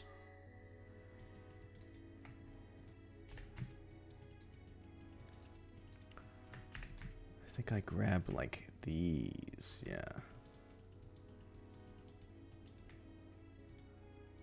If I, let's make sure this all works actually. Yeah, if I pull those around, yeah, okay. So I can alter, I can sort of like break the up vectors of each individual joint.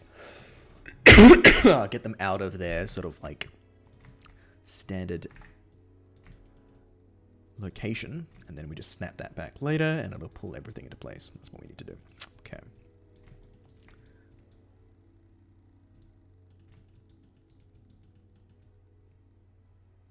But I just want to make sure they're all nice and selectable before we do that.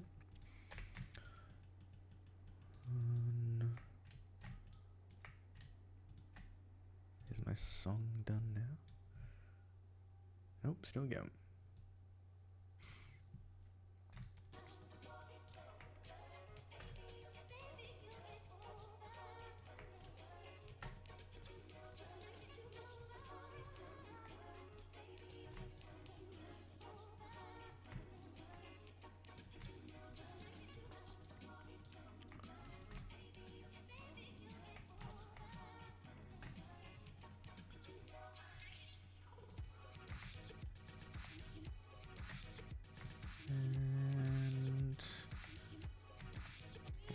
Up.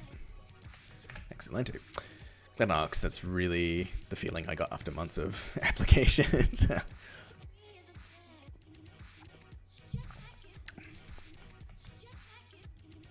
Studios are going to have to take some chances on juniors sooner or later.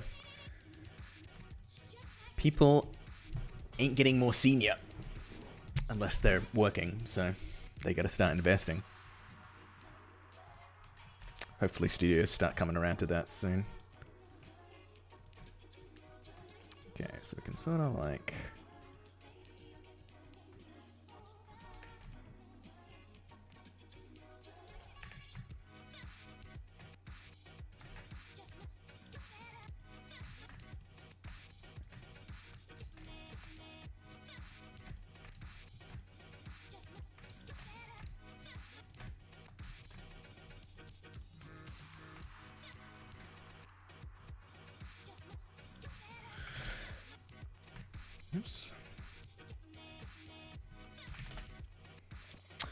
I'm heading off for a bit. Hope to come back before the end to see you. If not, thanks for the stream. No worries, Marin. Yeah, I'm probably going to be streaming for maybe another 15, 30 minutes? I don't know. I might probably go a bit longer because I want to sort of hone in on this a little bit more, but we shall see.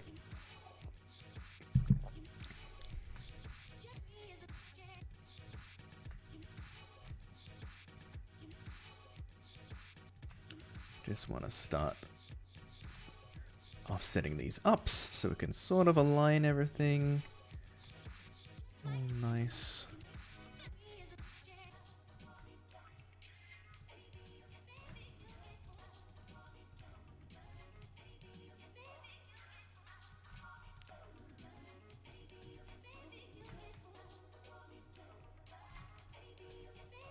Ooh, this is an interesting one.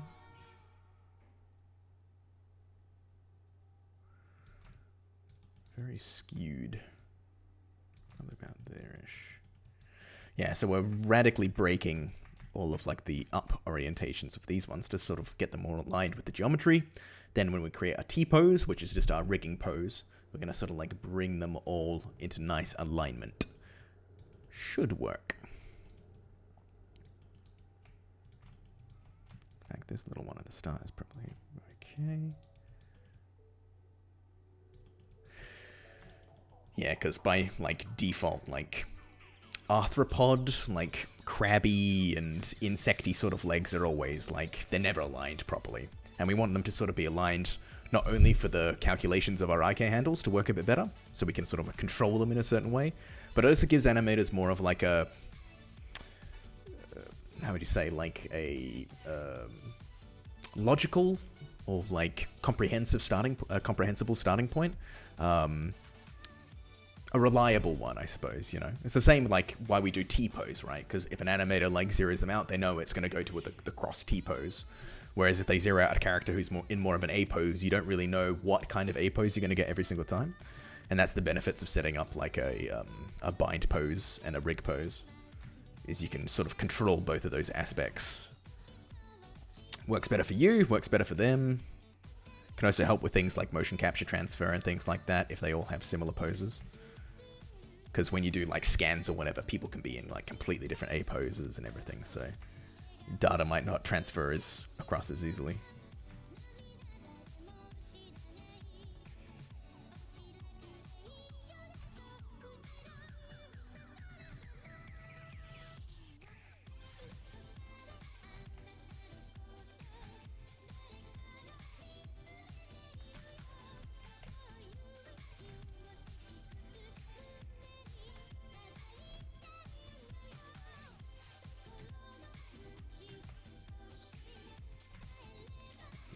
Then this one.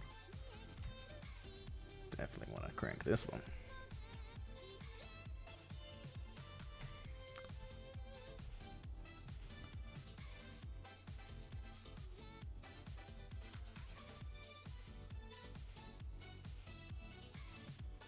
Oh, yeah, it's sort of like a ridge, actually. Is that a ridge? Yeah, it's kind of like an upper. Or is it? No, like the middle part is.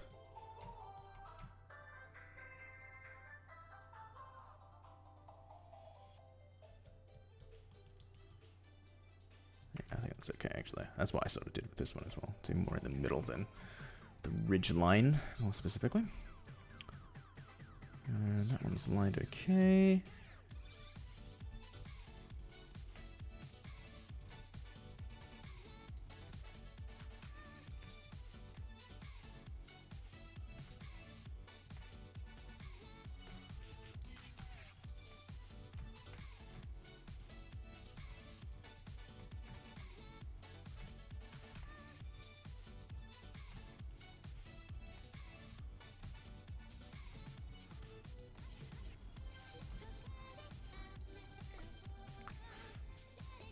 This one we do want to be a bit more on the ridge.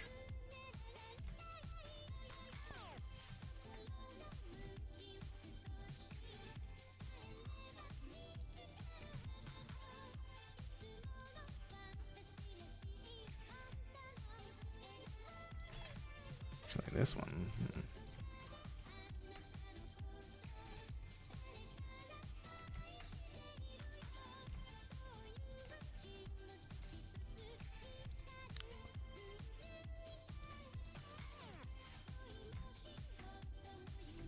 Just want to make sure these are all aligned in a similar way. In the right direction. Cool. Let's save that. Let's go to the other side. Let's turn on the tertiary controls for these. And let's just make sure they're all mirrored. Do that a few times. Cool. The eyes should probably be okay. Did I orient the ups? Maybe not. Let's do that. Oh, no, that'll be fine. Yeah, that's all good. Eyes are good. Mandibles, we can probably look at next. I haven't even really considered where their middle position was, but that's probably okay.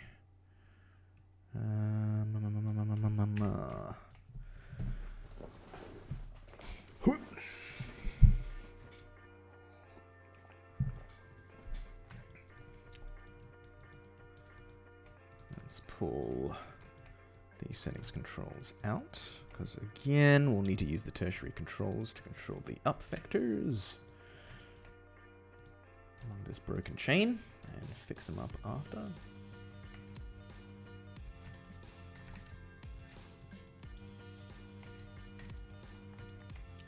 I need to double check I've got capacity to mirror control selected, mirror all guides. I need to make sure that I can actually mirror specific controls only, because I don't want to mirror the arm. Like, that's different on each side, so I need to make sure I don't do that for them. I might have to add more functionality in at some point, or a better script to do only like certain modules or something. Okay, let's turn on the reference planes.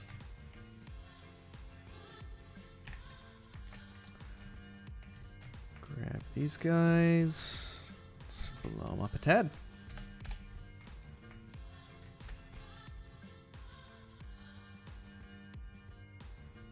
Yeah, this is actually oriented pretty nicely. The up is sort of like enough.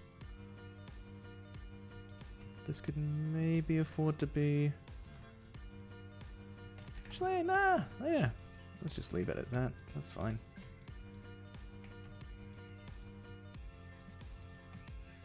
And what I'll maybe do anyway, let's just mirror all, just to get them the same. Okay.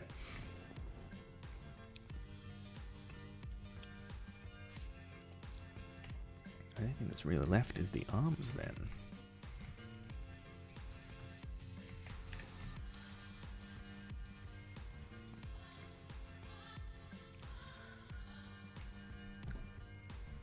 Nico Shut Rush. Ooh, you are banned.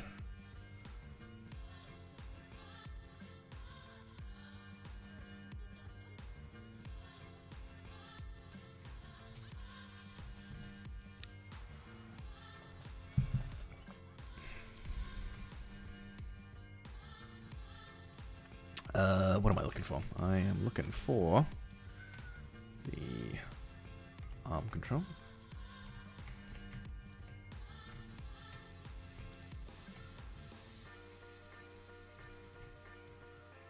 Tertiary viz. Actually, tertiary we don't need. We do need the reference planes though.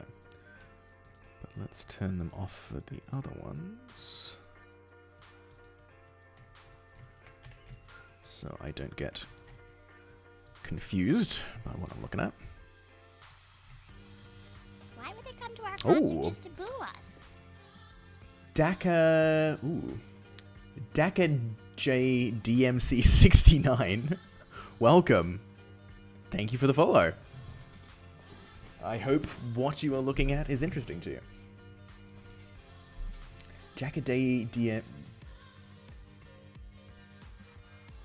Dakaj DMC 69. I'm assuming it's going to be that.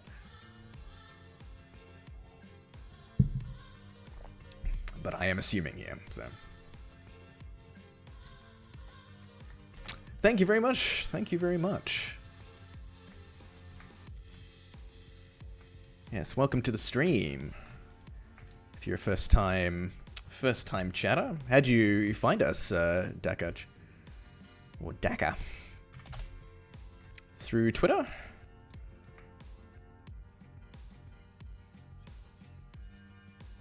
Looking forward to animating this crap.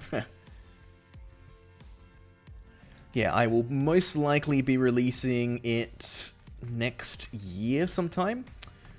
I've got a few weeks before I'm off on holiday, and I want to make sure I've got a good like place to sort of put these out somewhere, probably like Gumroad or whatever. So I just want to make sure everything's like set up nicely prior to all that. But yeah, early next year I think is probably going to be when I start churning these things out. I've also got a Komodo dragon that I'm going to be doing as well. I think I'm going to try and get like 3 rigs to release at once. So crab, Komodo dragon, and something else I can find. Largely because I've rigged these kind of characters before. I know their rigs work, and I want to sort of just get something out there for other people to test out and see if they enjoy it as well.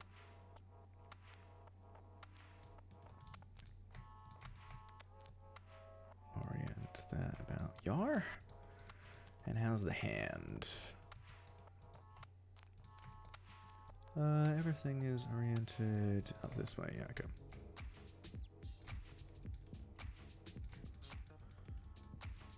Probably want this bisecting. Through there. That looks pretty good, actually. Can maybe move this a tad further up. Welcome back, Rehards. We're orienting joints. Everybody's favorite. Well, I mean, we're orienting them using guides, which are a little bit nicer than the other method. It was not a pleasant call. What was the call about? Was it a work call?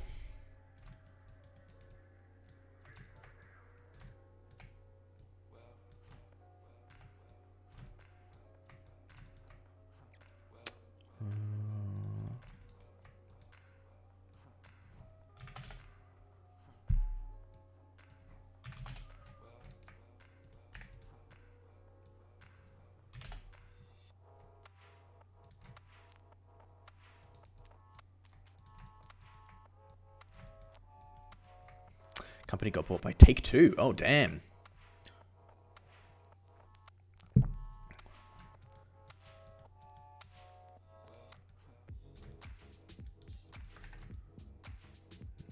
want this to move in that direction. They're changing everything with freelancing. Oh, man. Are they enforcing, like, company rules or something? Or, like, global company rules?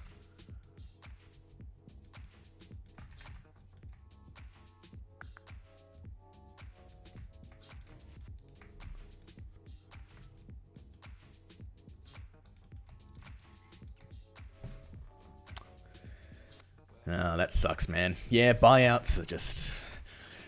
Do you freelance there, or... You must be on staff, right?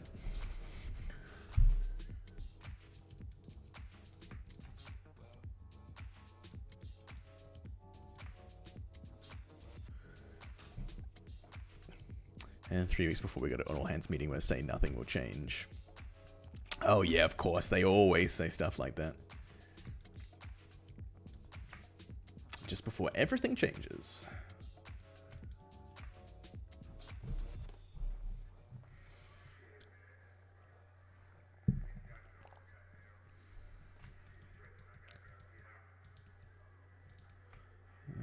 Where did I put this? It's about... Yeah, about in the middle there. Okay, let's do that. About there. Maybe a bit.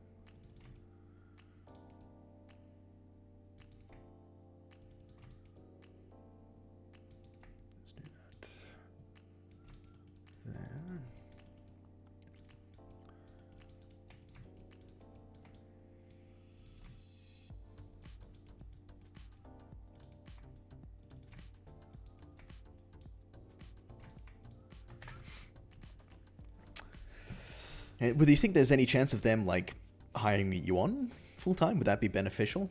Would that be better?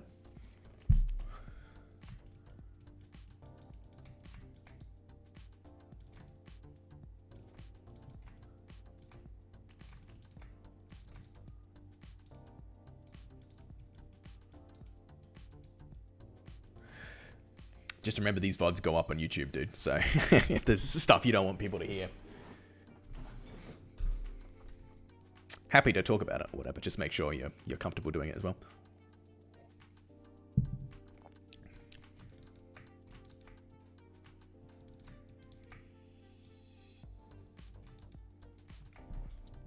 Do you know how much you would charge for the crab rig? Not too sure at the moment, Dakaj. It might be like a pay what you want sort of thing.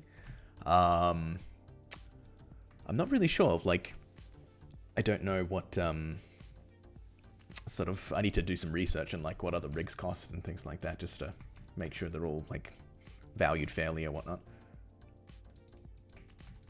It may be a thing. It's like I release them for free, and it's like, if you want to give me some money on coffee or like subscribe to Twitch or whatever, that would be beneficial. I don't know. We'll see.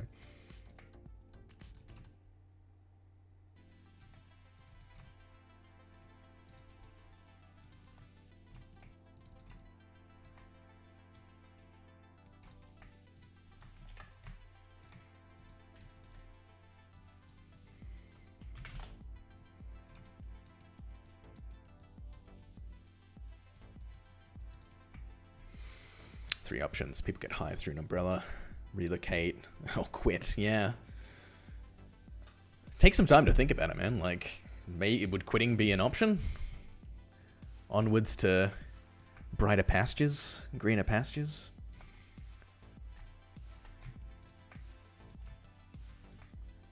You sometimes feel like, you know, when companies do things like this, is like, are they trying to make people quit? Are they trying to, like, get some things out of it?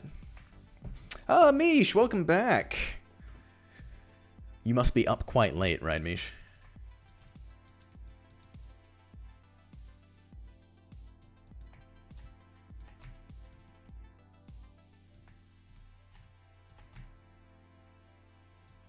Um,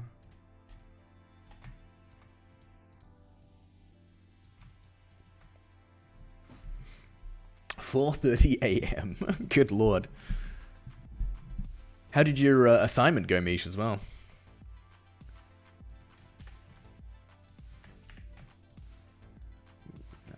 Oh, did I move that completely wrong place?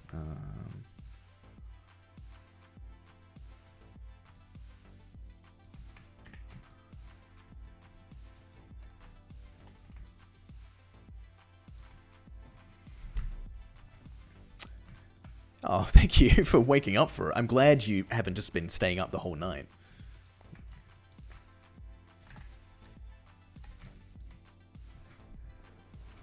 Simon went well. The instructor said it looked good. Oh, that's great news.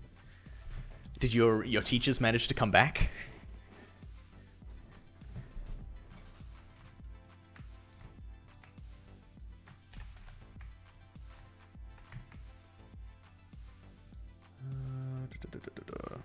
I keep hiding these arms.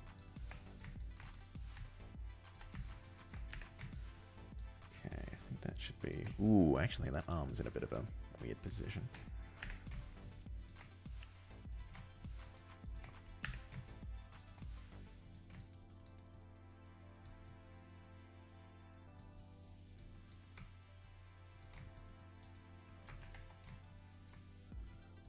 Let's lock you.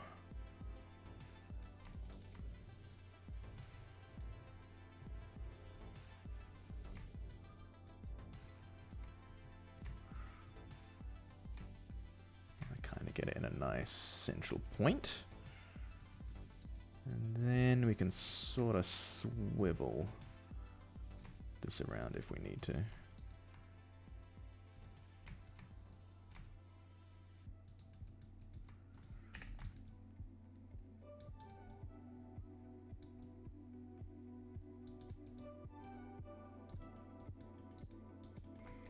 Let's turn on these reference planes.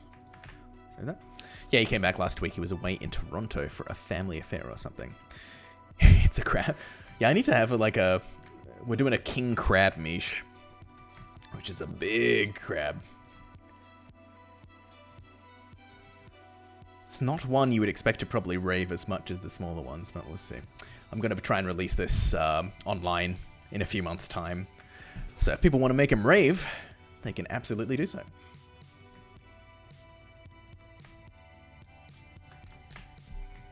How does that crab wave song go? Dun, dun, dun, dun, dun, dun, dun, dun, dun, dun. Something like that, right? I can't play it, otherwise I'll get, like, muted on YouTube. I need some...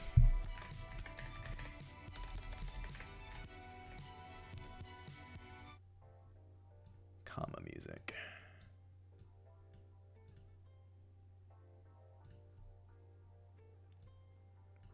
Is the crab song royalty free? Is that why people use it so much?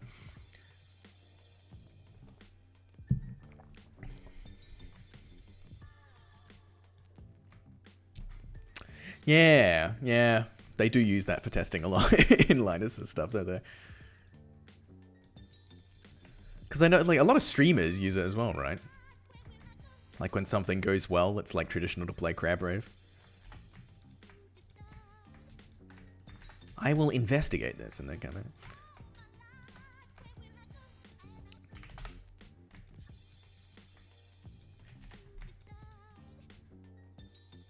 in. Ooh. This is... Let's guide lock control. I want this one to be a little bit more in. About yar. Honestly, I probably don't even want these like right at the tips. I probably want them in a little bit. I can always come back to that. Actually, yeah, I probably will want to do that before I do a T-pose on these guys. What about this?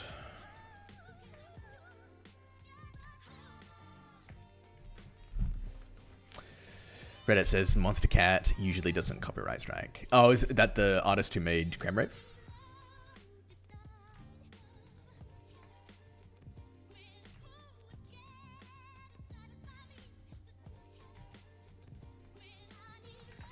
Ooh, this crab arm is fucked. Actually, that's not too bad. It's just the wonkiness of that. I think that's probably alright. How about arranging this hand?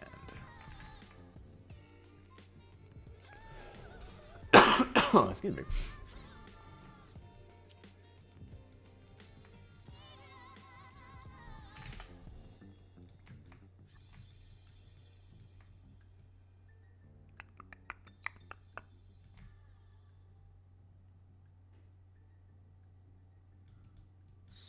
Bisecting, quite good. Yeah, think about that is okay. Yeah, that's about good. And let's get this one oriented here.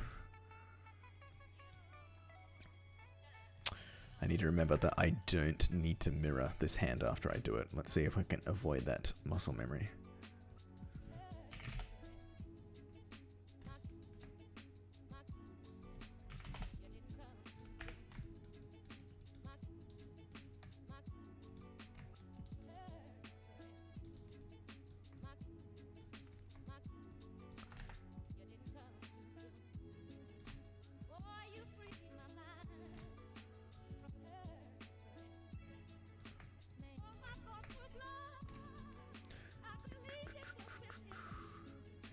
Good. Alright, let's save that. Now, what did I want to do? Oh, fudge. Because I wanted to pull in all of these, but to do so is meaning we're going to have to mirror everything. Although, actually, yeah, I could probably... I think I can be sneaky about that.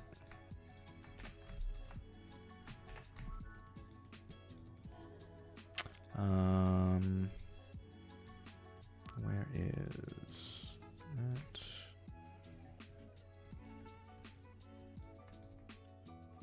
It's the arm there. Let's get that that and turn the reference planes off. Save that. Okay, so I think let's lock that. Lock that. Lock that.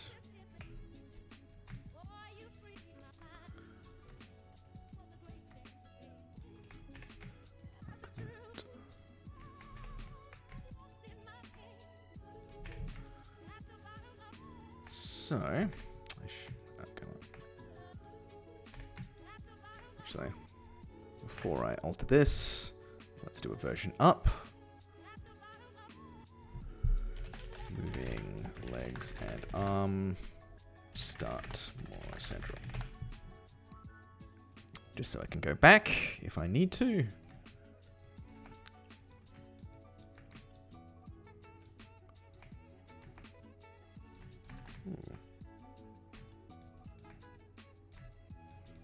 Because what I want is I want the pivot point not to really be at the tip here. This is like the more like sockety sort of pivoting point that you'd want for like a, you know, that kind of rotation. I think would probably be more ideal, a bit more centered. Probably about there. In fact, maybe I should even...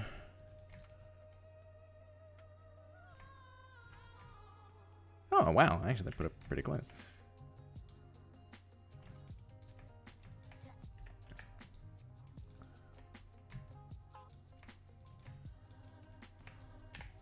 Let's do that.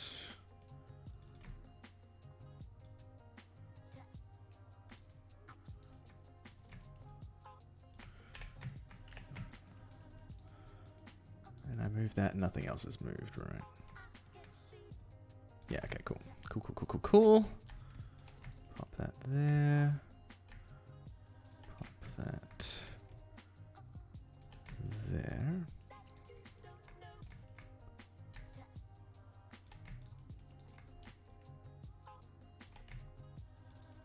Okay. Yeah, God, I do want to turn the references again just to make sure that's... Although the clavicle is less important how it's oriented. They all still hold up pretty good. Oh, that's the wrong one. Actually, we probably want to pull it out a little bit. So we can actually see it now.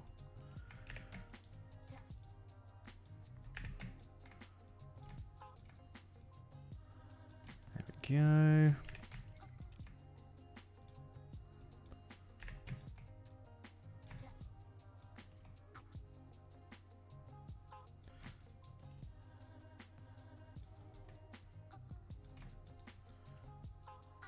Cool, that's all good to go. So with this, I'm pretty sure I have capacity to just select 1, 2, 3. 1, 2, 3.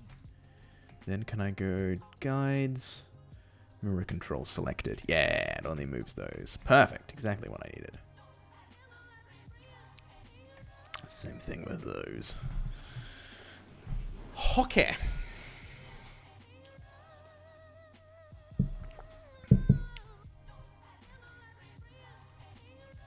I think I can maybe... What's the time? It's 1:45. I kind of want to get like a T-pose extracted out of this character before I go tonight. I think I can probably do that. So we need to update the mandible insertion points and the arm insertion points. We save out the data, we rebuild, and then we do a T-pose. I think that should be doable. Okay, I will get slightly more tea if that's the case. Man, this is like my third one tonight. This is great. I will, I will be right back in a second. Run another ad break. Be back in 2 minutes.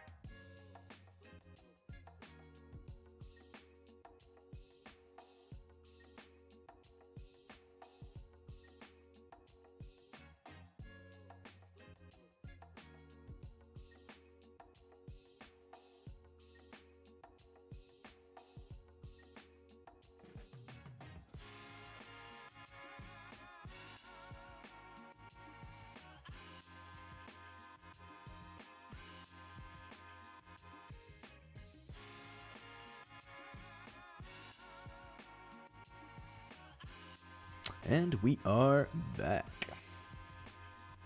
I'm pretty sure my tea is basically just slightly flavored water now. I've had so many cups today.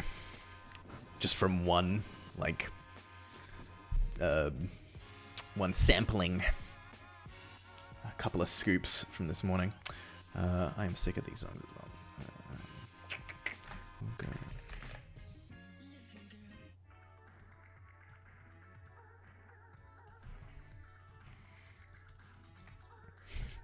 Want to test blender knowledge? Must be testing my ability to Google. Oh, you guys know what? I actually downloaded Blender the other day. I used it to detriangulate that Komodo dragon I was working on a few weeks ago, and it sort of worked. It was actually kind of useful, but I've just decided I'm going to retopple it completely. Same thing I did with this crab. Like, just makes sense for me to retopper these things anyway. It's going to be better for rigging, and it'll allow me to sort of like say, okay, I used a model volume as reference, but it's my model, you know. Exactly, Sam, exactly.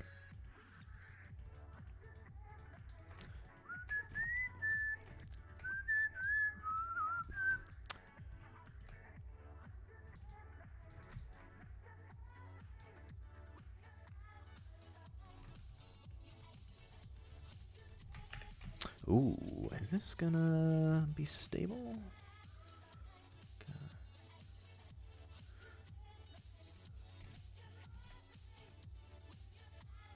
Control, yes. Mish, do you have tips on winged creature? The next project that I picked up is a winged creature that folds with its body. Is it like a bat wing, Mish, or is it a bird wing? Because I'd approach them slightly differently. And welcome back, Marin. And we've actually got quite a few people in the stream tonight. There's apparently 12 viewers. Good God. I'm a veritable streaming icon. No, that's moving. Guides, lock controls. Oh boy, I'm gonna have to redo these afterwards, aren't I? Alright, just let's unlock these. I'll just do...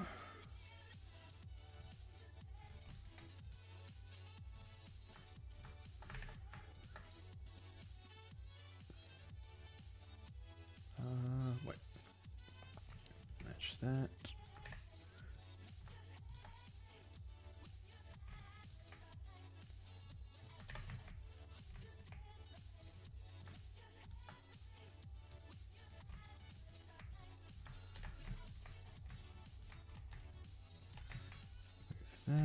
Move that.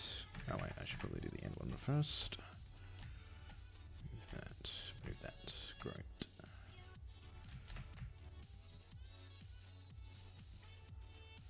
Cool. And then, oh boy, is this gonna fuck everything up? I'll go 1, 2, 3, 4.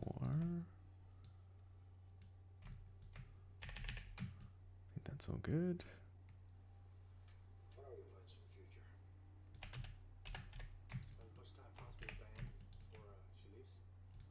Wait, is that in the right place?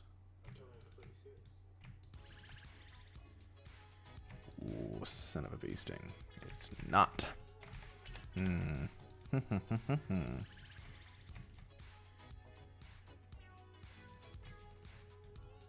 Oh, is it because I changed the... Oh, no, I think I'm seeing this in plans.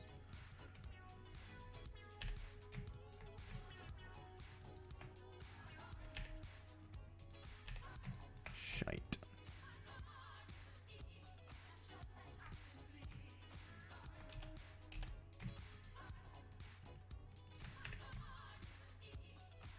Oh, okay, they're actually syncing up.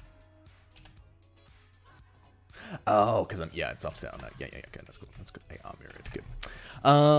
It's a bird, specifically a crow. It's got feathers. I think what people may watch a bird wing growth system for Houdini. Yeah. bird wings, not too bad. The difficulty becomes generally, like, it depends on how far you want to go with the character. Like, the complications with bird wings generally come from the fold. So getting, like, the outstretched into, like, a folded pose can be annoying. And also just controlling the feathers. Generally what I do is I'd recommend finding a general way to sort of move them all. I think what a lot of people like to do is just have sort of like a standard arm rig, and then on like the edge of the feathers you have a curve, and that curve is driven by like the standard arm joints, and you can have like either like a system of like aiming at points along that curve. So as the curve gets bigger and smaller, an even distribution of locators go along that curve through like motion paths or something like that, maybe a rivet instead. Have stuff either aiming at it or, a system of like maybe joints along that, which can like be skinned to things. It sort of depends. Like sometimes you can go really simple with bird wings. Sometimes you have to go super complicated. When you get to like film level, you have to like think about like vertice intersection and things like that. And generally people write like deformers or whatever to do that. Or like, you chuck it in Houdini and do sort of like a thing afterwards to sort of like push all of the verts out of each other.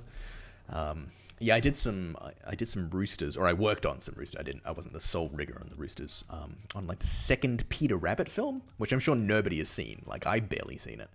But yeah, like the rings on that were basically like, had to give animation a bunch of controls to like tweak things out of the way, and then when we give it to Tech Anim, they were like, oh, there's a bunch of intersections, can we run some things again? It was a whole back and forth annoying thing.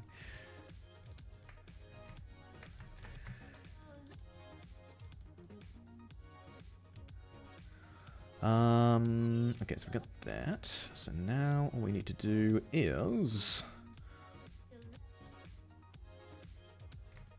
lock that, lock that.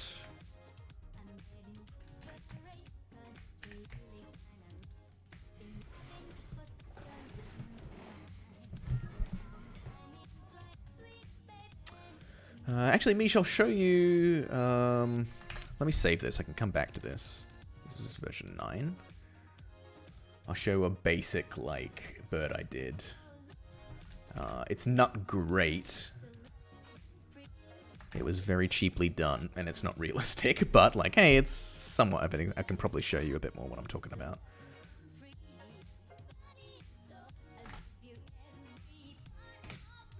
If it builds, should build hopefully.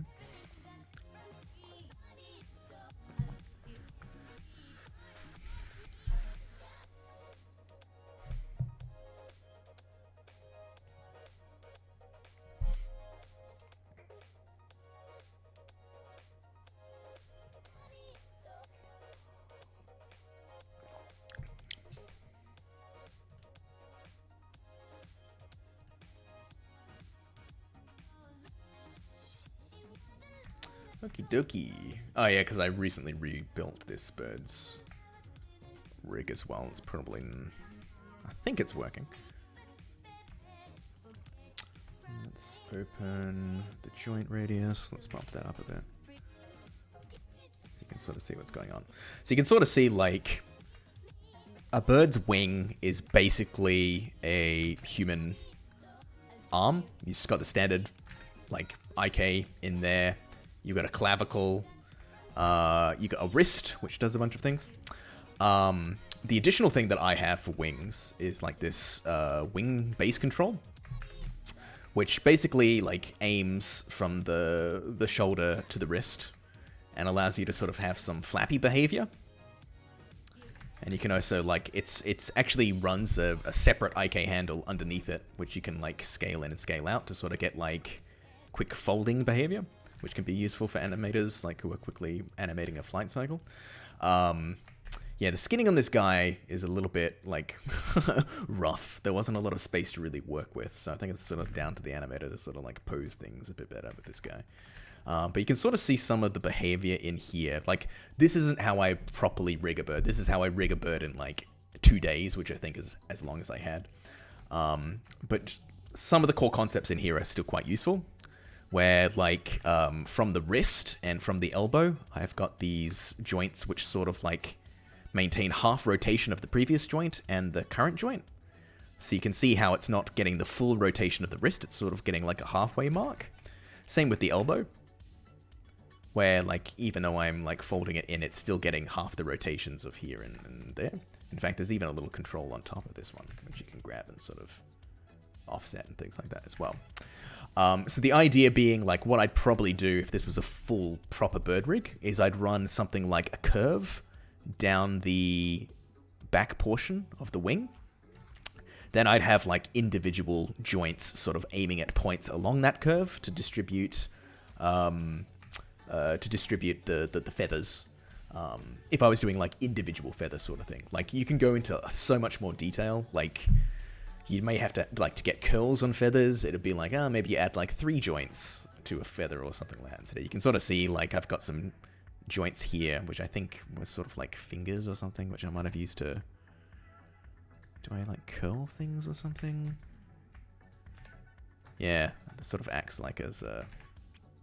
No, I don't think I have this set up correctly.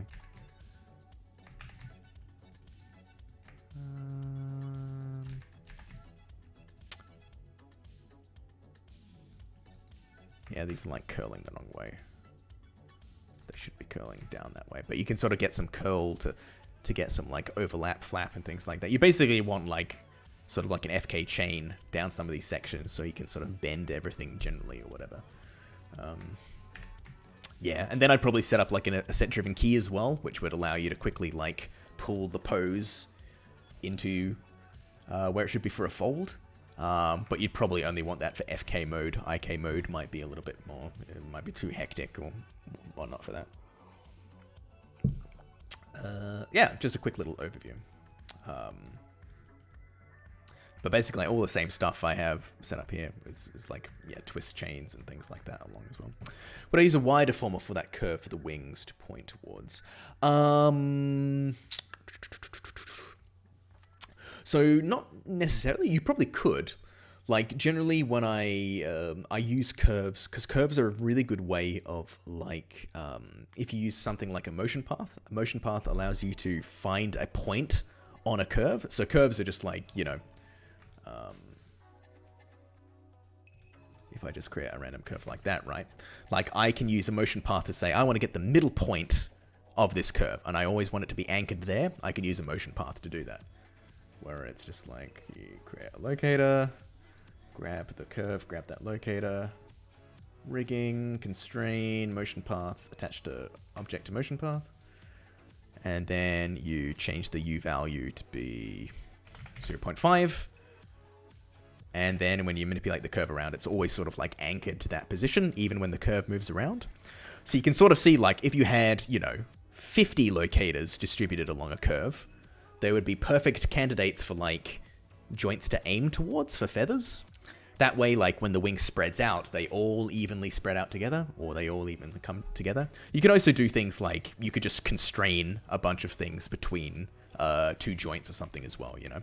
If you had feathers in this section here, you could constrain them between, like, this joint and this joint, and then just, like, you know, distribute the weighting values, 0.1, 0.9, 0.2, 0.8, just kind of do it sequentially sort of thing. Yeah, there's a bunch of ways to do it. It's just like what you're familiar with, what's useful for the character, the limitations of the project and everything. Like, I went super cheap on this bird because it was off in the background.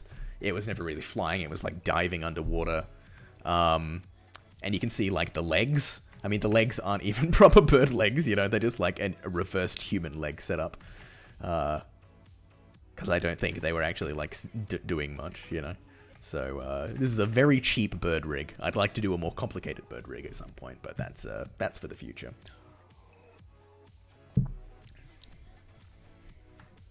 So yeah, hopefully that gives you a little bit of a quick overview.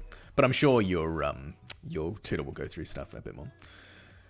I really need to use more motion paths on my rig. I'm often using curve with a point on curve and curve info node. I think, honestly, Marin, I think they're basically the same kind of node. I'm not sure which is faster. But comparing like the different attributes between them, like I'm pretty sure they do mostly the same thing. So I wouldn't stress using motion paths in the other one. I saw somebody say on Twitter once that motion paths are dead slow. And I was like, what? I hope not, because I use them a lot. I think it may be one of those like superstitious things in Maya. Like, oh, 10 years ago it was really slow, so I don't use it anymore. And in like now it might be a lot faster. Or maybe they know something I don't know.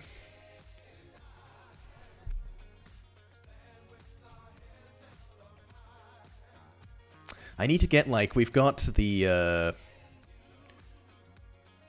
team locator, team joint, and the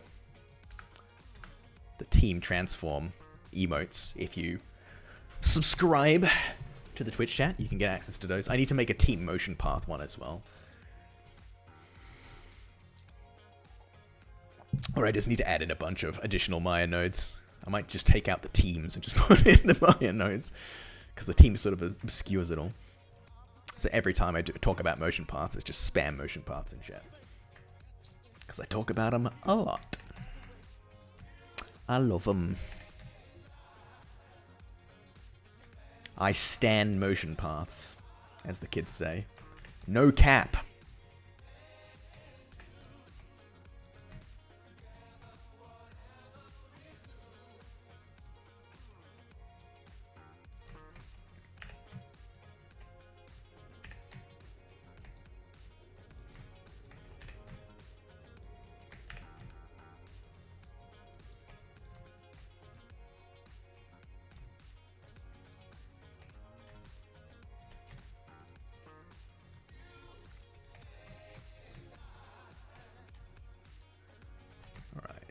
I think we're pretty close there. I think that's everything now, right?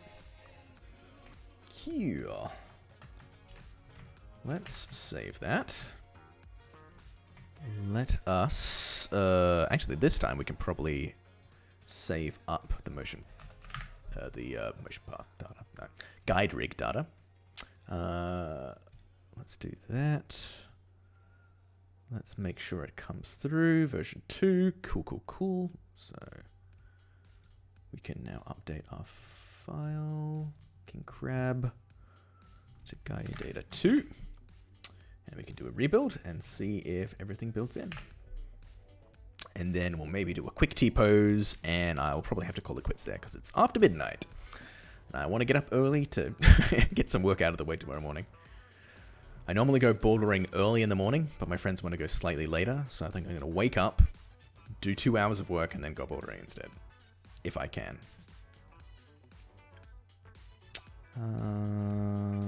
Let's do this.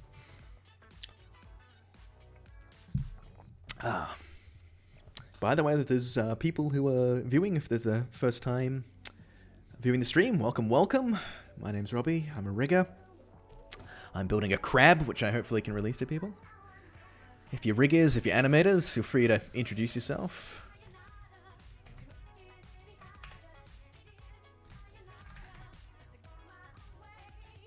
Beautiful. All right.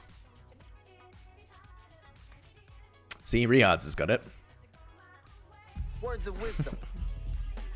Drop that zero and get with the hero. There's ones that I haven't. The ones are like these ones we got to start using more often. Boys and girls, who knows what this is? Triangle. Every time we've got like geometry. What did I add? I add like Octagon. And the other one was. Do we have a square one? Here is an ordinary square. Yeah. Whoa, slow down, egghead. I added these like a while ago. If you just like look, I think you can go like exclamation mark commands, or you can just look on my profile. Like it's got a list of all the different ones in there. So it's like, the whole idea is like, okay, every time I do like a triangle, somebody can just go, triangle.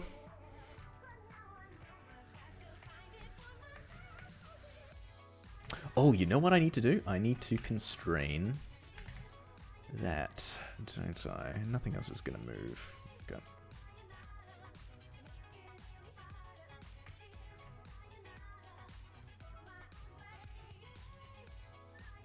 Oh, this is gonna be...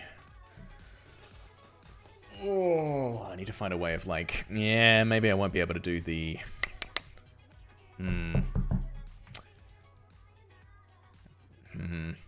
I was like, when I'm doing these... When I'm gonna set up the T-pose, I want a quick way of mirroring everything, but I don't want to... It's gonna be annoying.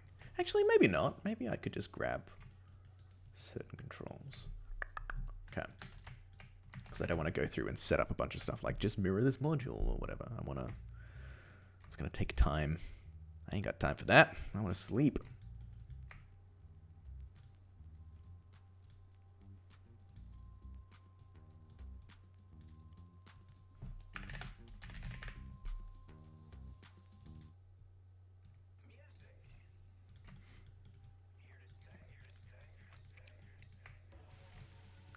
Let's grab that. Let's grab that.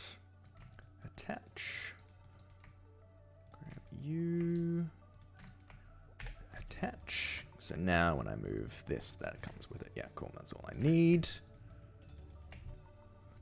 Let's save that out again. Quick rebuild to make sure that works.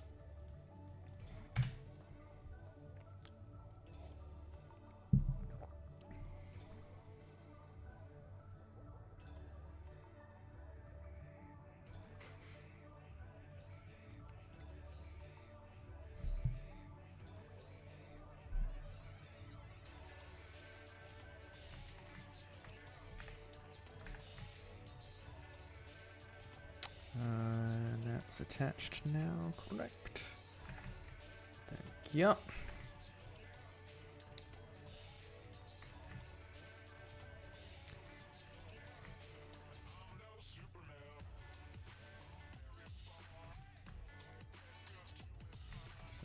Off. Okay, so let's quickly go. Guide rig. Okay, we're gonna do T-posing.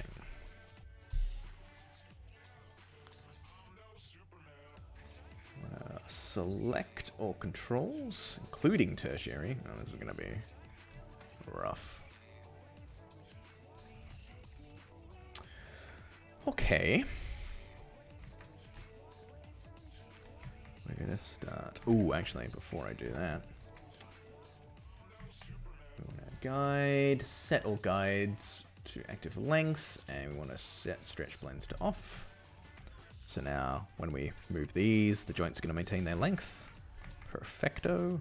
Actually, I need to make sure that I've got this set up so they stay the way I want them to work. World.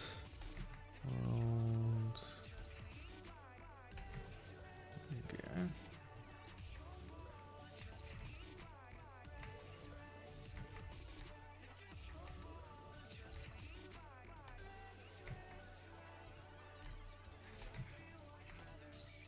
I have to pull these ups up a bit.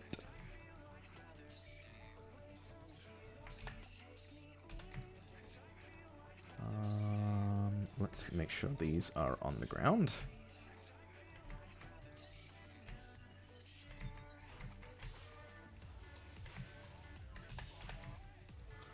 And let's start.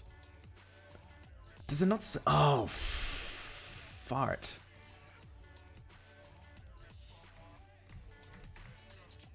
Seriously?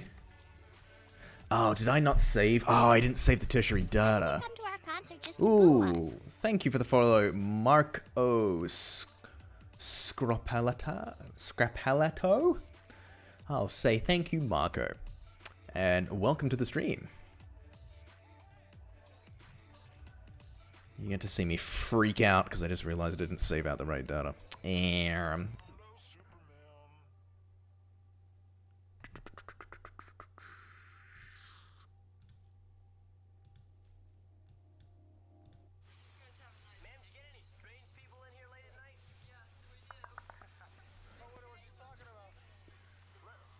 Moving legs, more central. Yeah, okay. I think this one is correct.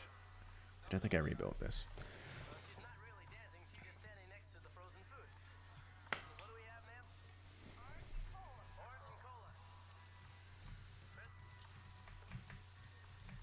Like this song. Yeah, I played it for you, Riads. I thought you didn't like it. Haven't played it in a while.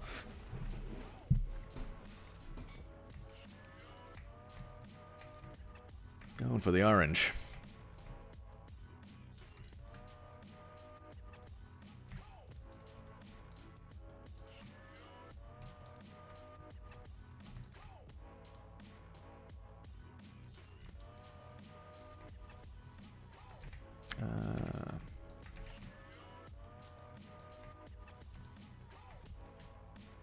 Guys, attach constraint?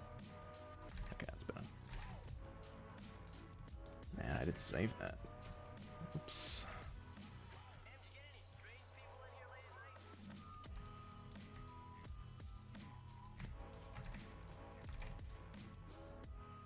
Oh, is that locked? Oh, yeah, that's locked. Okay. Yes, and all of these tertiaries. Okay, set. Yeah, cool. So what we'll do, I'm going to save this up. Save build data, no guide data, but with tertiary X forms. Because I don't normally do that.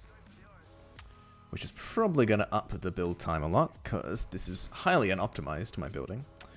But, let's do that. So we're going to have to restart. Save that. And let's go again.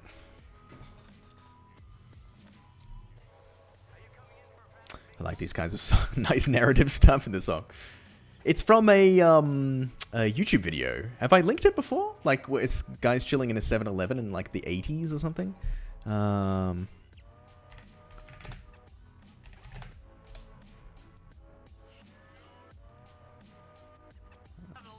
on, I'll link it to you.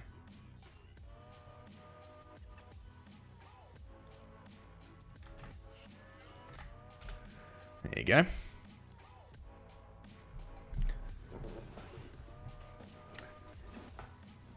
It's just like some guys had like a video recorder and they were filming themselves after coming back from like Disneyland or something in 1987 apparently.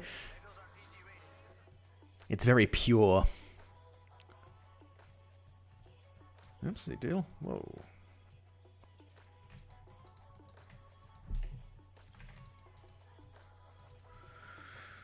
All the tertiary stuff is set now. Yes! Okay, that's good. So let's go guides. That blends off. Select all controls. Oh, we do want to select tertiaries.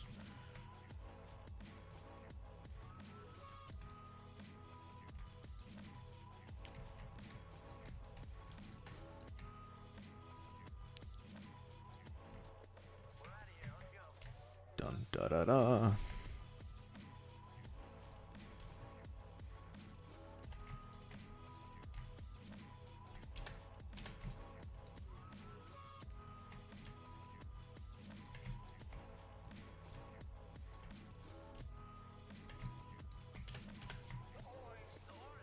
It's going for the orange.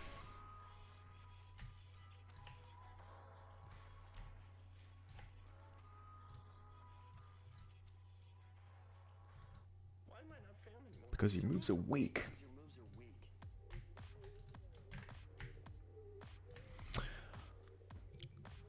This is so cool. This is like the stories about game dev or anything else that's made creatively, like to explore the origins of samples for songs and stuff.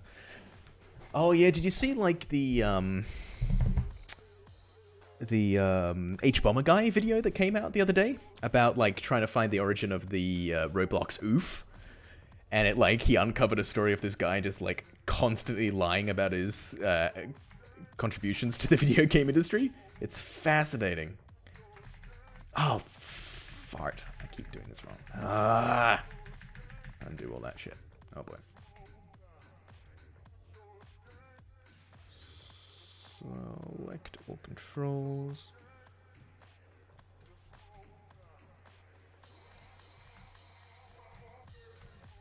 Yeah, it's a 2-hour video. Highly recommend. It's really good to work to. Because it was like a sound that was attributed to an old game from 2000 called Messiah. That they recorded for that game. It was on like some sound pack or whatever. And some guy like recorded it. But the guy who was like in charge of the company started taking credit for it. And he's like taking credit for a bunch of stuff that he didn't actually like go to. Yeah, it's called Roblox. Oof. Yeah.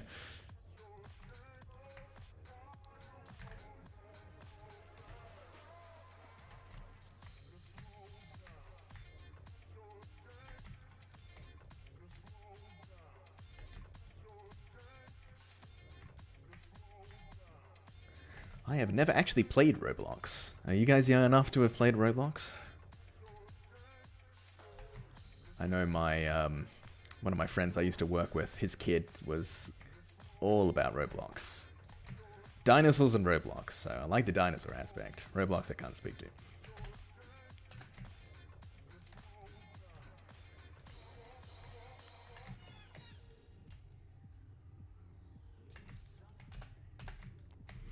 Haven't seen anything about it, to be honest. Yeah, like it's one of those things. Like if you're a kid, it's your everything, but anybody else is just like, what is it? Haven't heard of it before.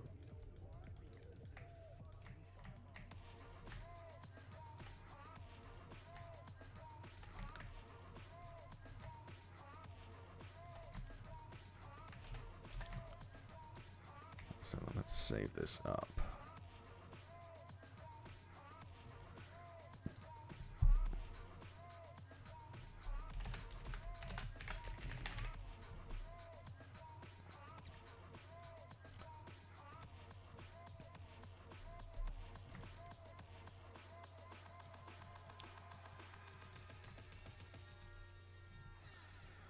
Let's zero these out.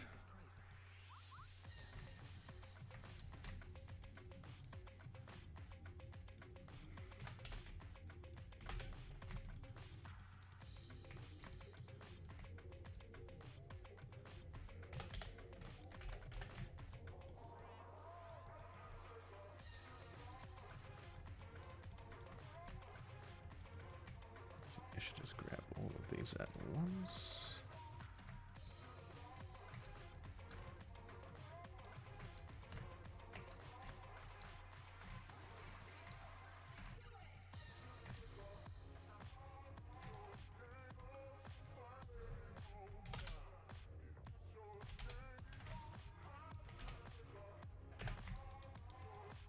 Keep saving this. I played for like an hour out of curiosity. I was in this janky cabin with other people running around. It was a strange experience. Yeah, it's not like the most visually pleasing game, is it? I think that's part of like the charm of it. Like anybody can make stuff for it. Although apparently they exploit like a lot of children creators on it or something. It's basically like child labor.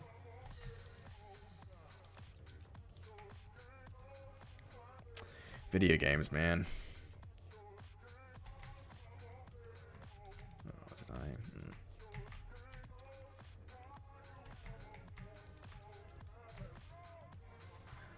Actually, no, I don't need to. No, I don't need to fix that cloud. We just can keep that aligned. That should be good.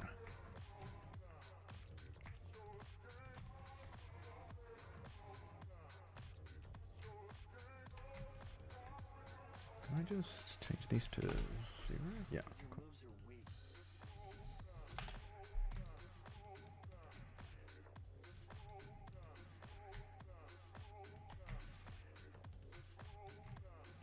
That's 0. That's 0. That's 0. Perfection.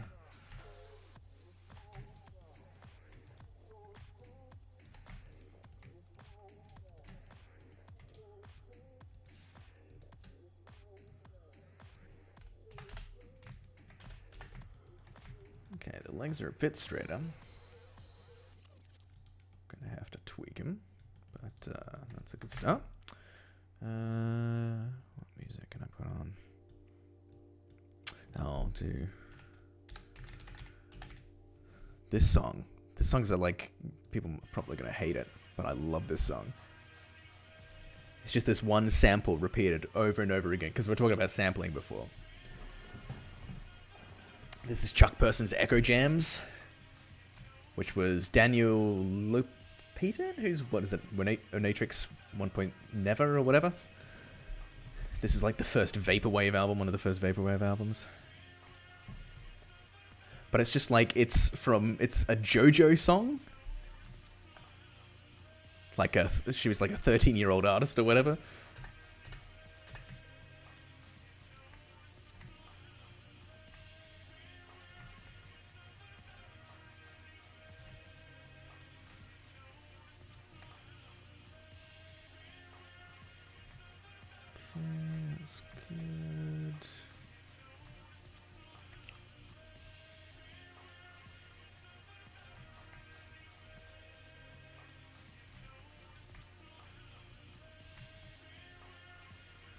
Hey, Umesh, welcome, buddy. How you doing, man? You're on a bit later than usual.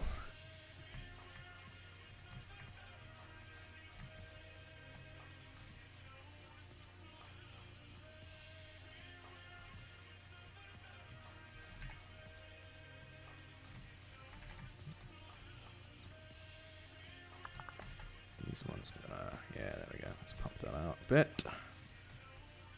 Okay, these are working the way I want them to, which is good. Whoa, is that not? Of course, now I'm getting confused as to which one is which.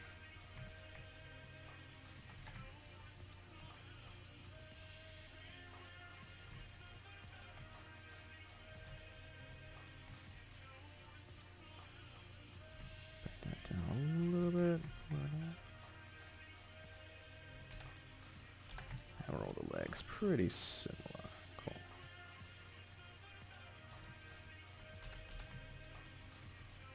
Cool. Then we got some straight legs. Now.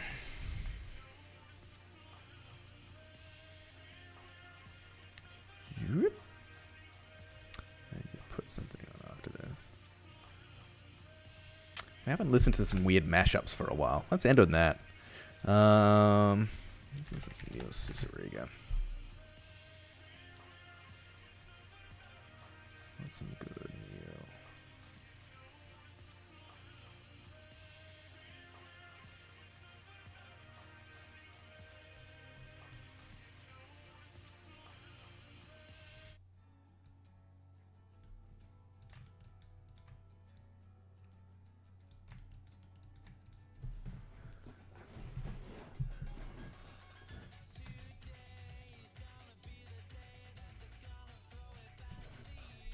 I'm doing good, Umesh.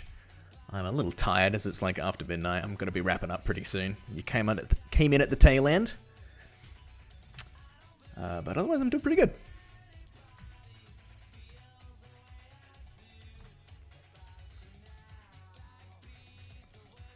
Now, hold on. Let's see. Can I mirror all this stuff? If we hide all, show nabs curves.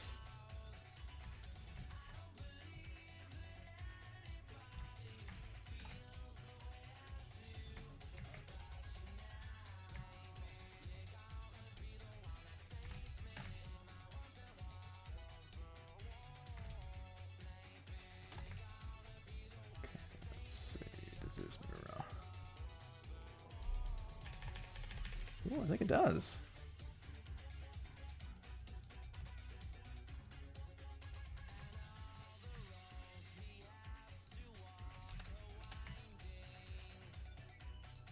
Does everything look like it's syncing up? Oh, it looks like it. Okay.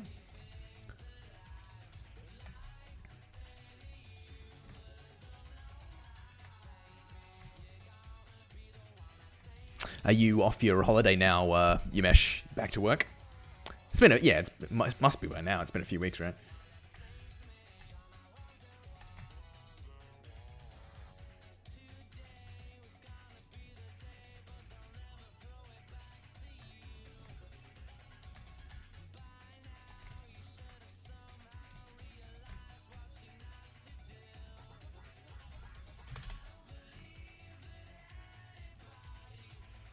No more vacations until Feb.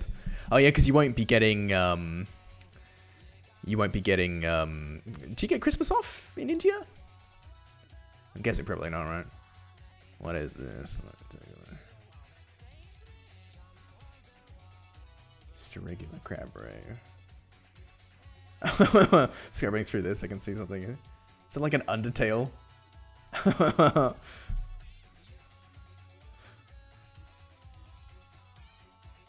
I've spoiled it. This might be really loud.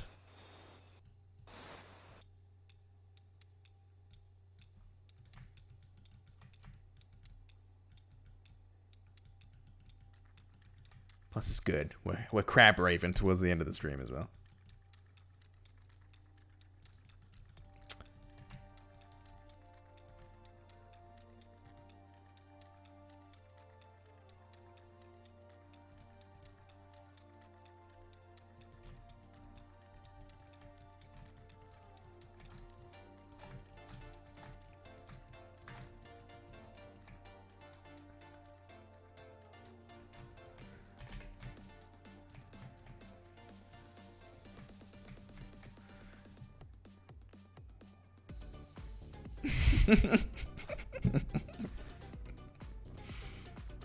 Very good. Very good. I was waiting for it. 21 million views. Holy shit. Yeah. Is this very loud as well at the moment? Might be a bit loud. Ah, just making it even louder. I don't know how loud stuff comes through on my desktop.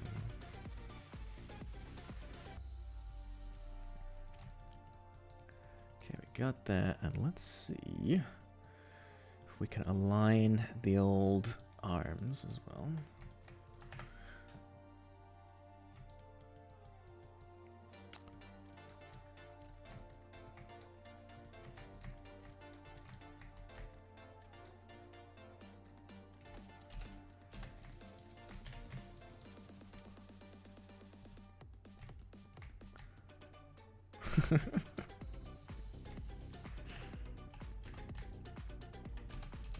Didn't Toby Fox, he did like some songs in the new Pokemon game or something as well, right?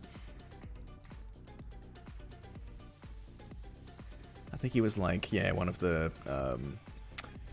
did some stuff on the soundtrack, which is crazy.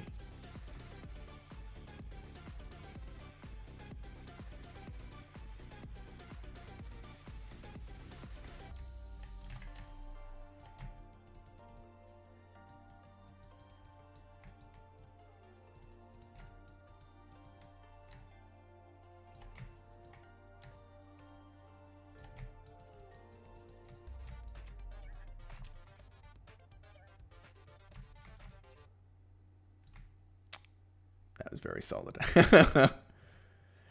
Me and my friend, we used to like, there was a radio station in Perth, my hometown, like a local one where you could like sign up and do like, you could play radio shows or whatnot. And me and my friend would take the graveyard shift, 1 a.m. to 4 a.m. And we just play non-stop shitty mashups, just making ourselves laugh, killing ourselves laughing, because like nobody's listening at that time. So that would have been perfect. It's just like you're just gonna wait. It's like, okay, what is coming, and then it's like the most like the worst song which just doesn't work at all. Is there a really good one that just doesn't work?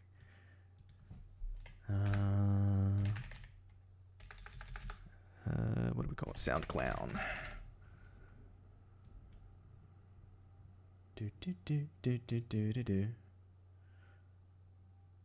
Crawling in my hill zone. Oh god.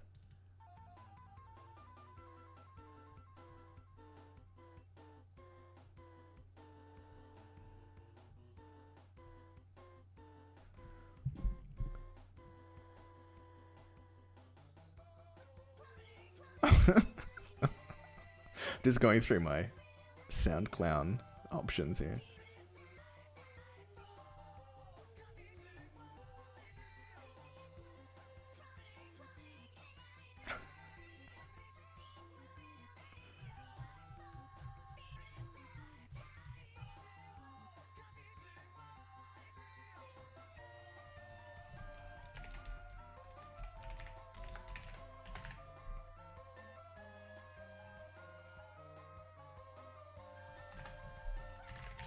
I'm gonna put on some better mashups.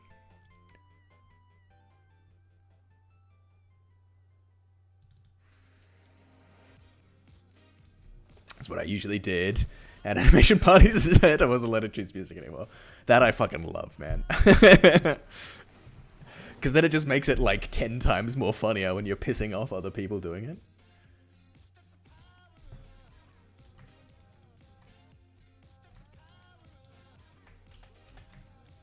Not all heroes wear capes.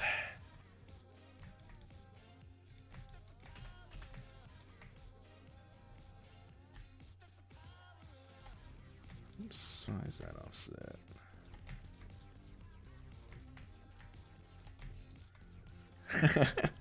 You choose to wear a cape.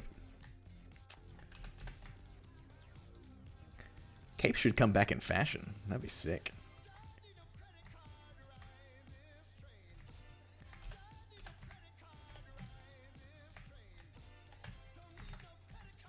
Ride this train.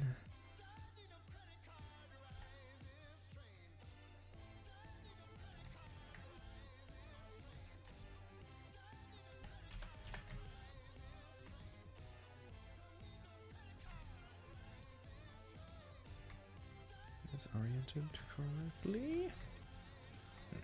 Oh man, I actually might have to pull these out.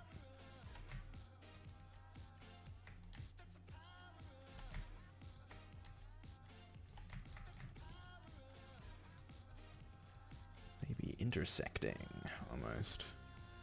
We'll maybe leave that as is.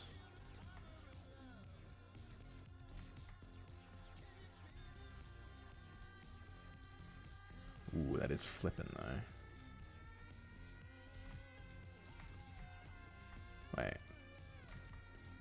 Oh, that's fine. No, it's just flipping in between. Yeah, that's all good.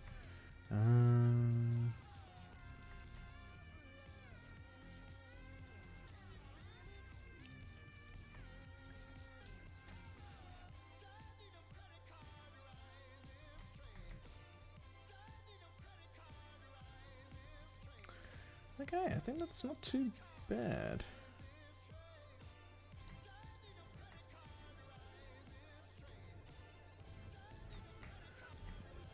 I think with that, let's save that. Let's version up the data, see if it'll save out my my anim curves.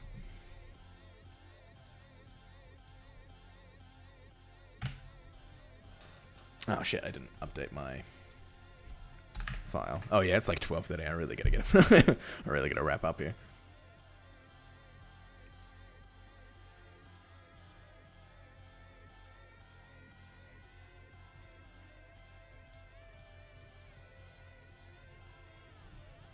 Ooh, I don't think it did. Okay, let's go back and save again. I'm not sure why it saves sometimes, but it doesn't other times.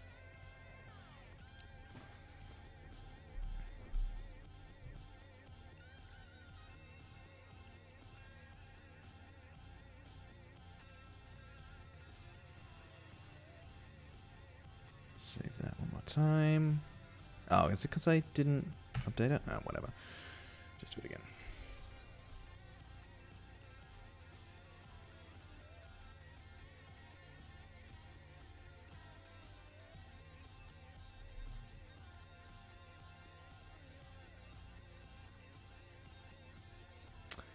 Drum roll. Hey. Cool.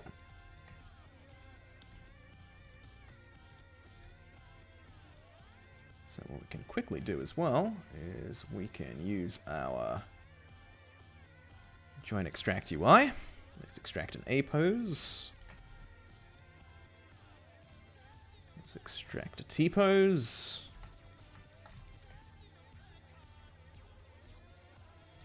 Build a tag joint hierarchy.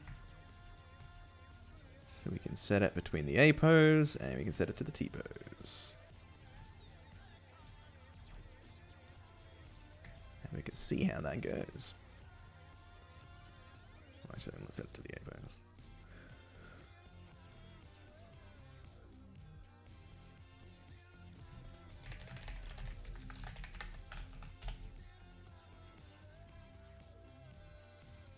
Well, with that, guys, I'm going to play the outro music. We haven't played the outro music in a while.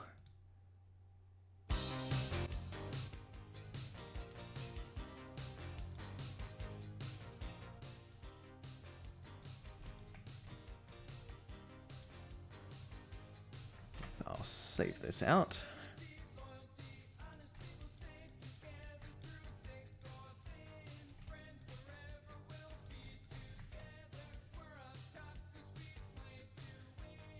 Quickly save out the joints at least. And maybe next stream, I can come back and start testing the skinning. See if we can get that all set up. So let's save out an FBX for the joints just quickly. First pass, A pose, and T pose.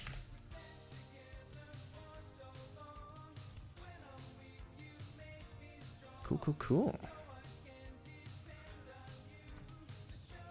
Not too bad, guys. We laid out a pretty weirdly proportioned crab, and hopefully when we skin it all up, it's going to nicely, evenly come into a perfectly oriented pose.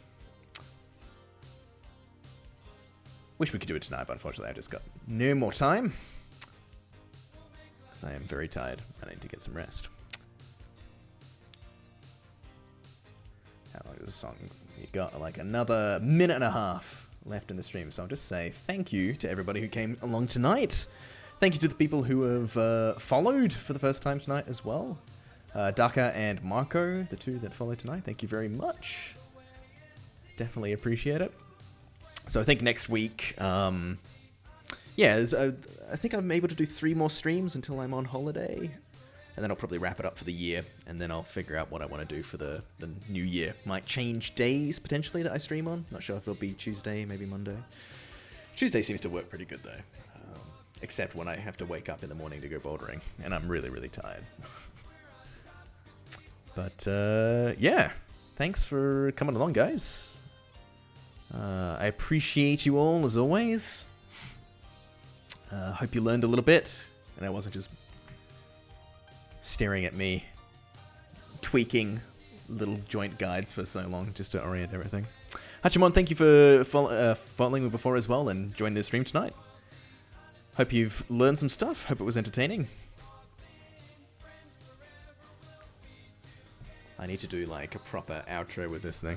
Thank you, Marion, for joining, and good luck with the all the visa stuff as well. I'm really glad to hear that it all worked out for you.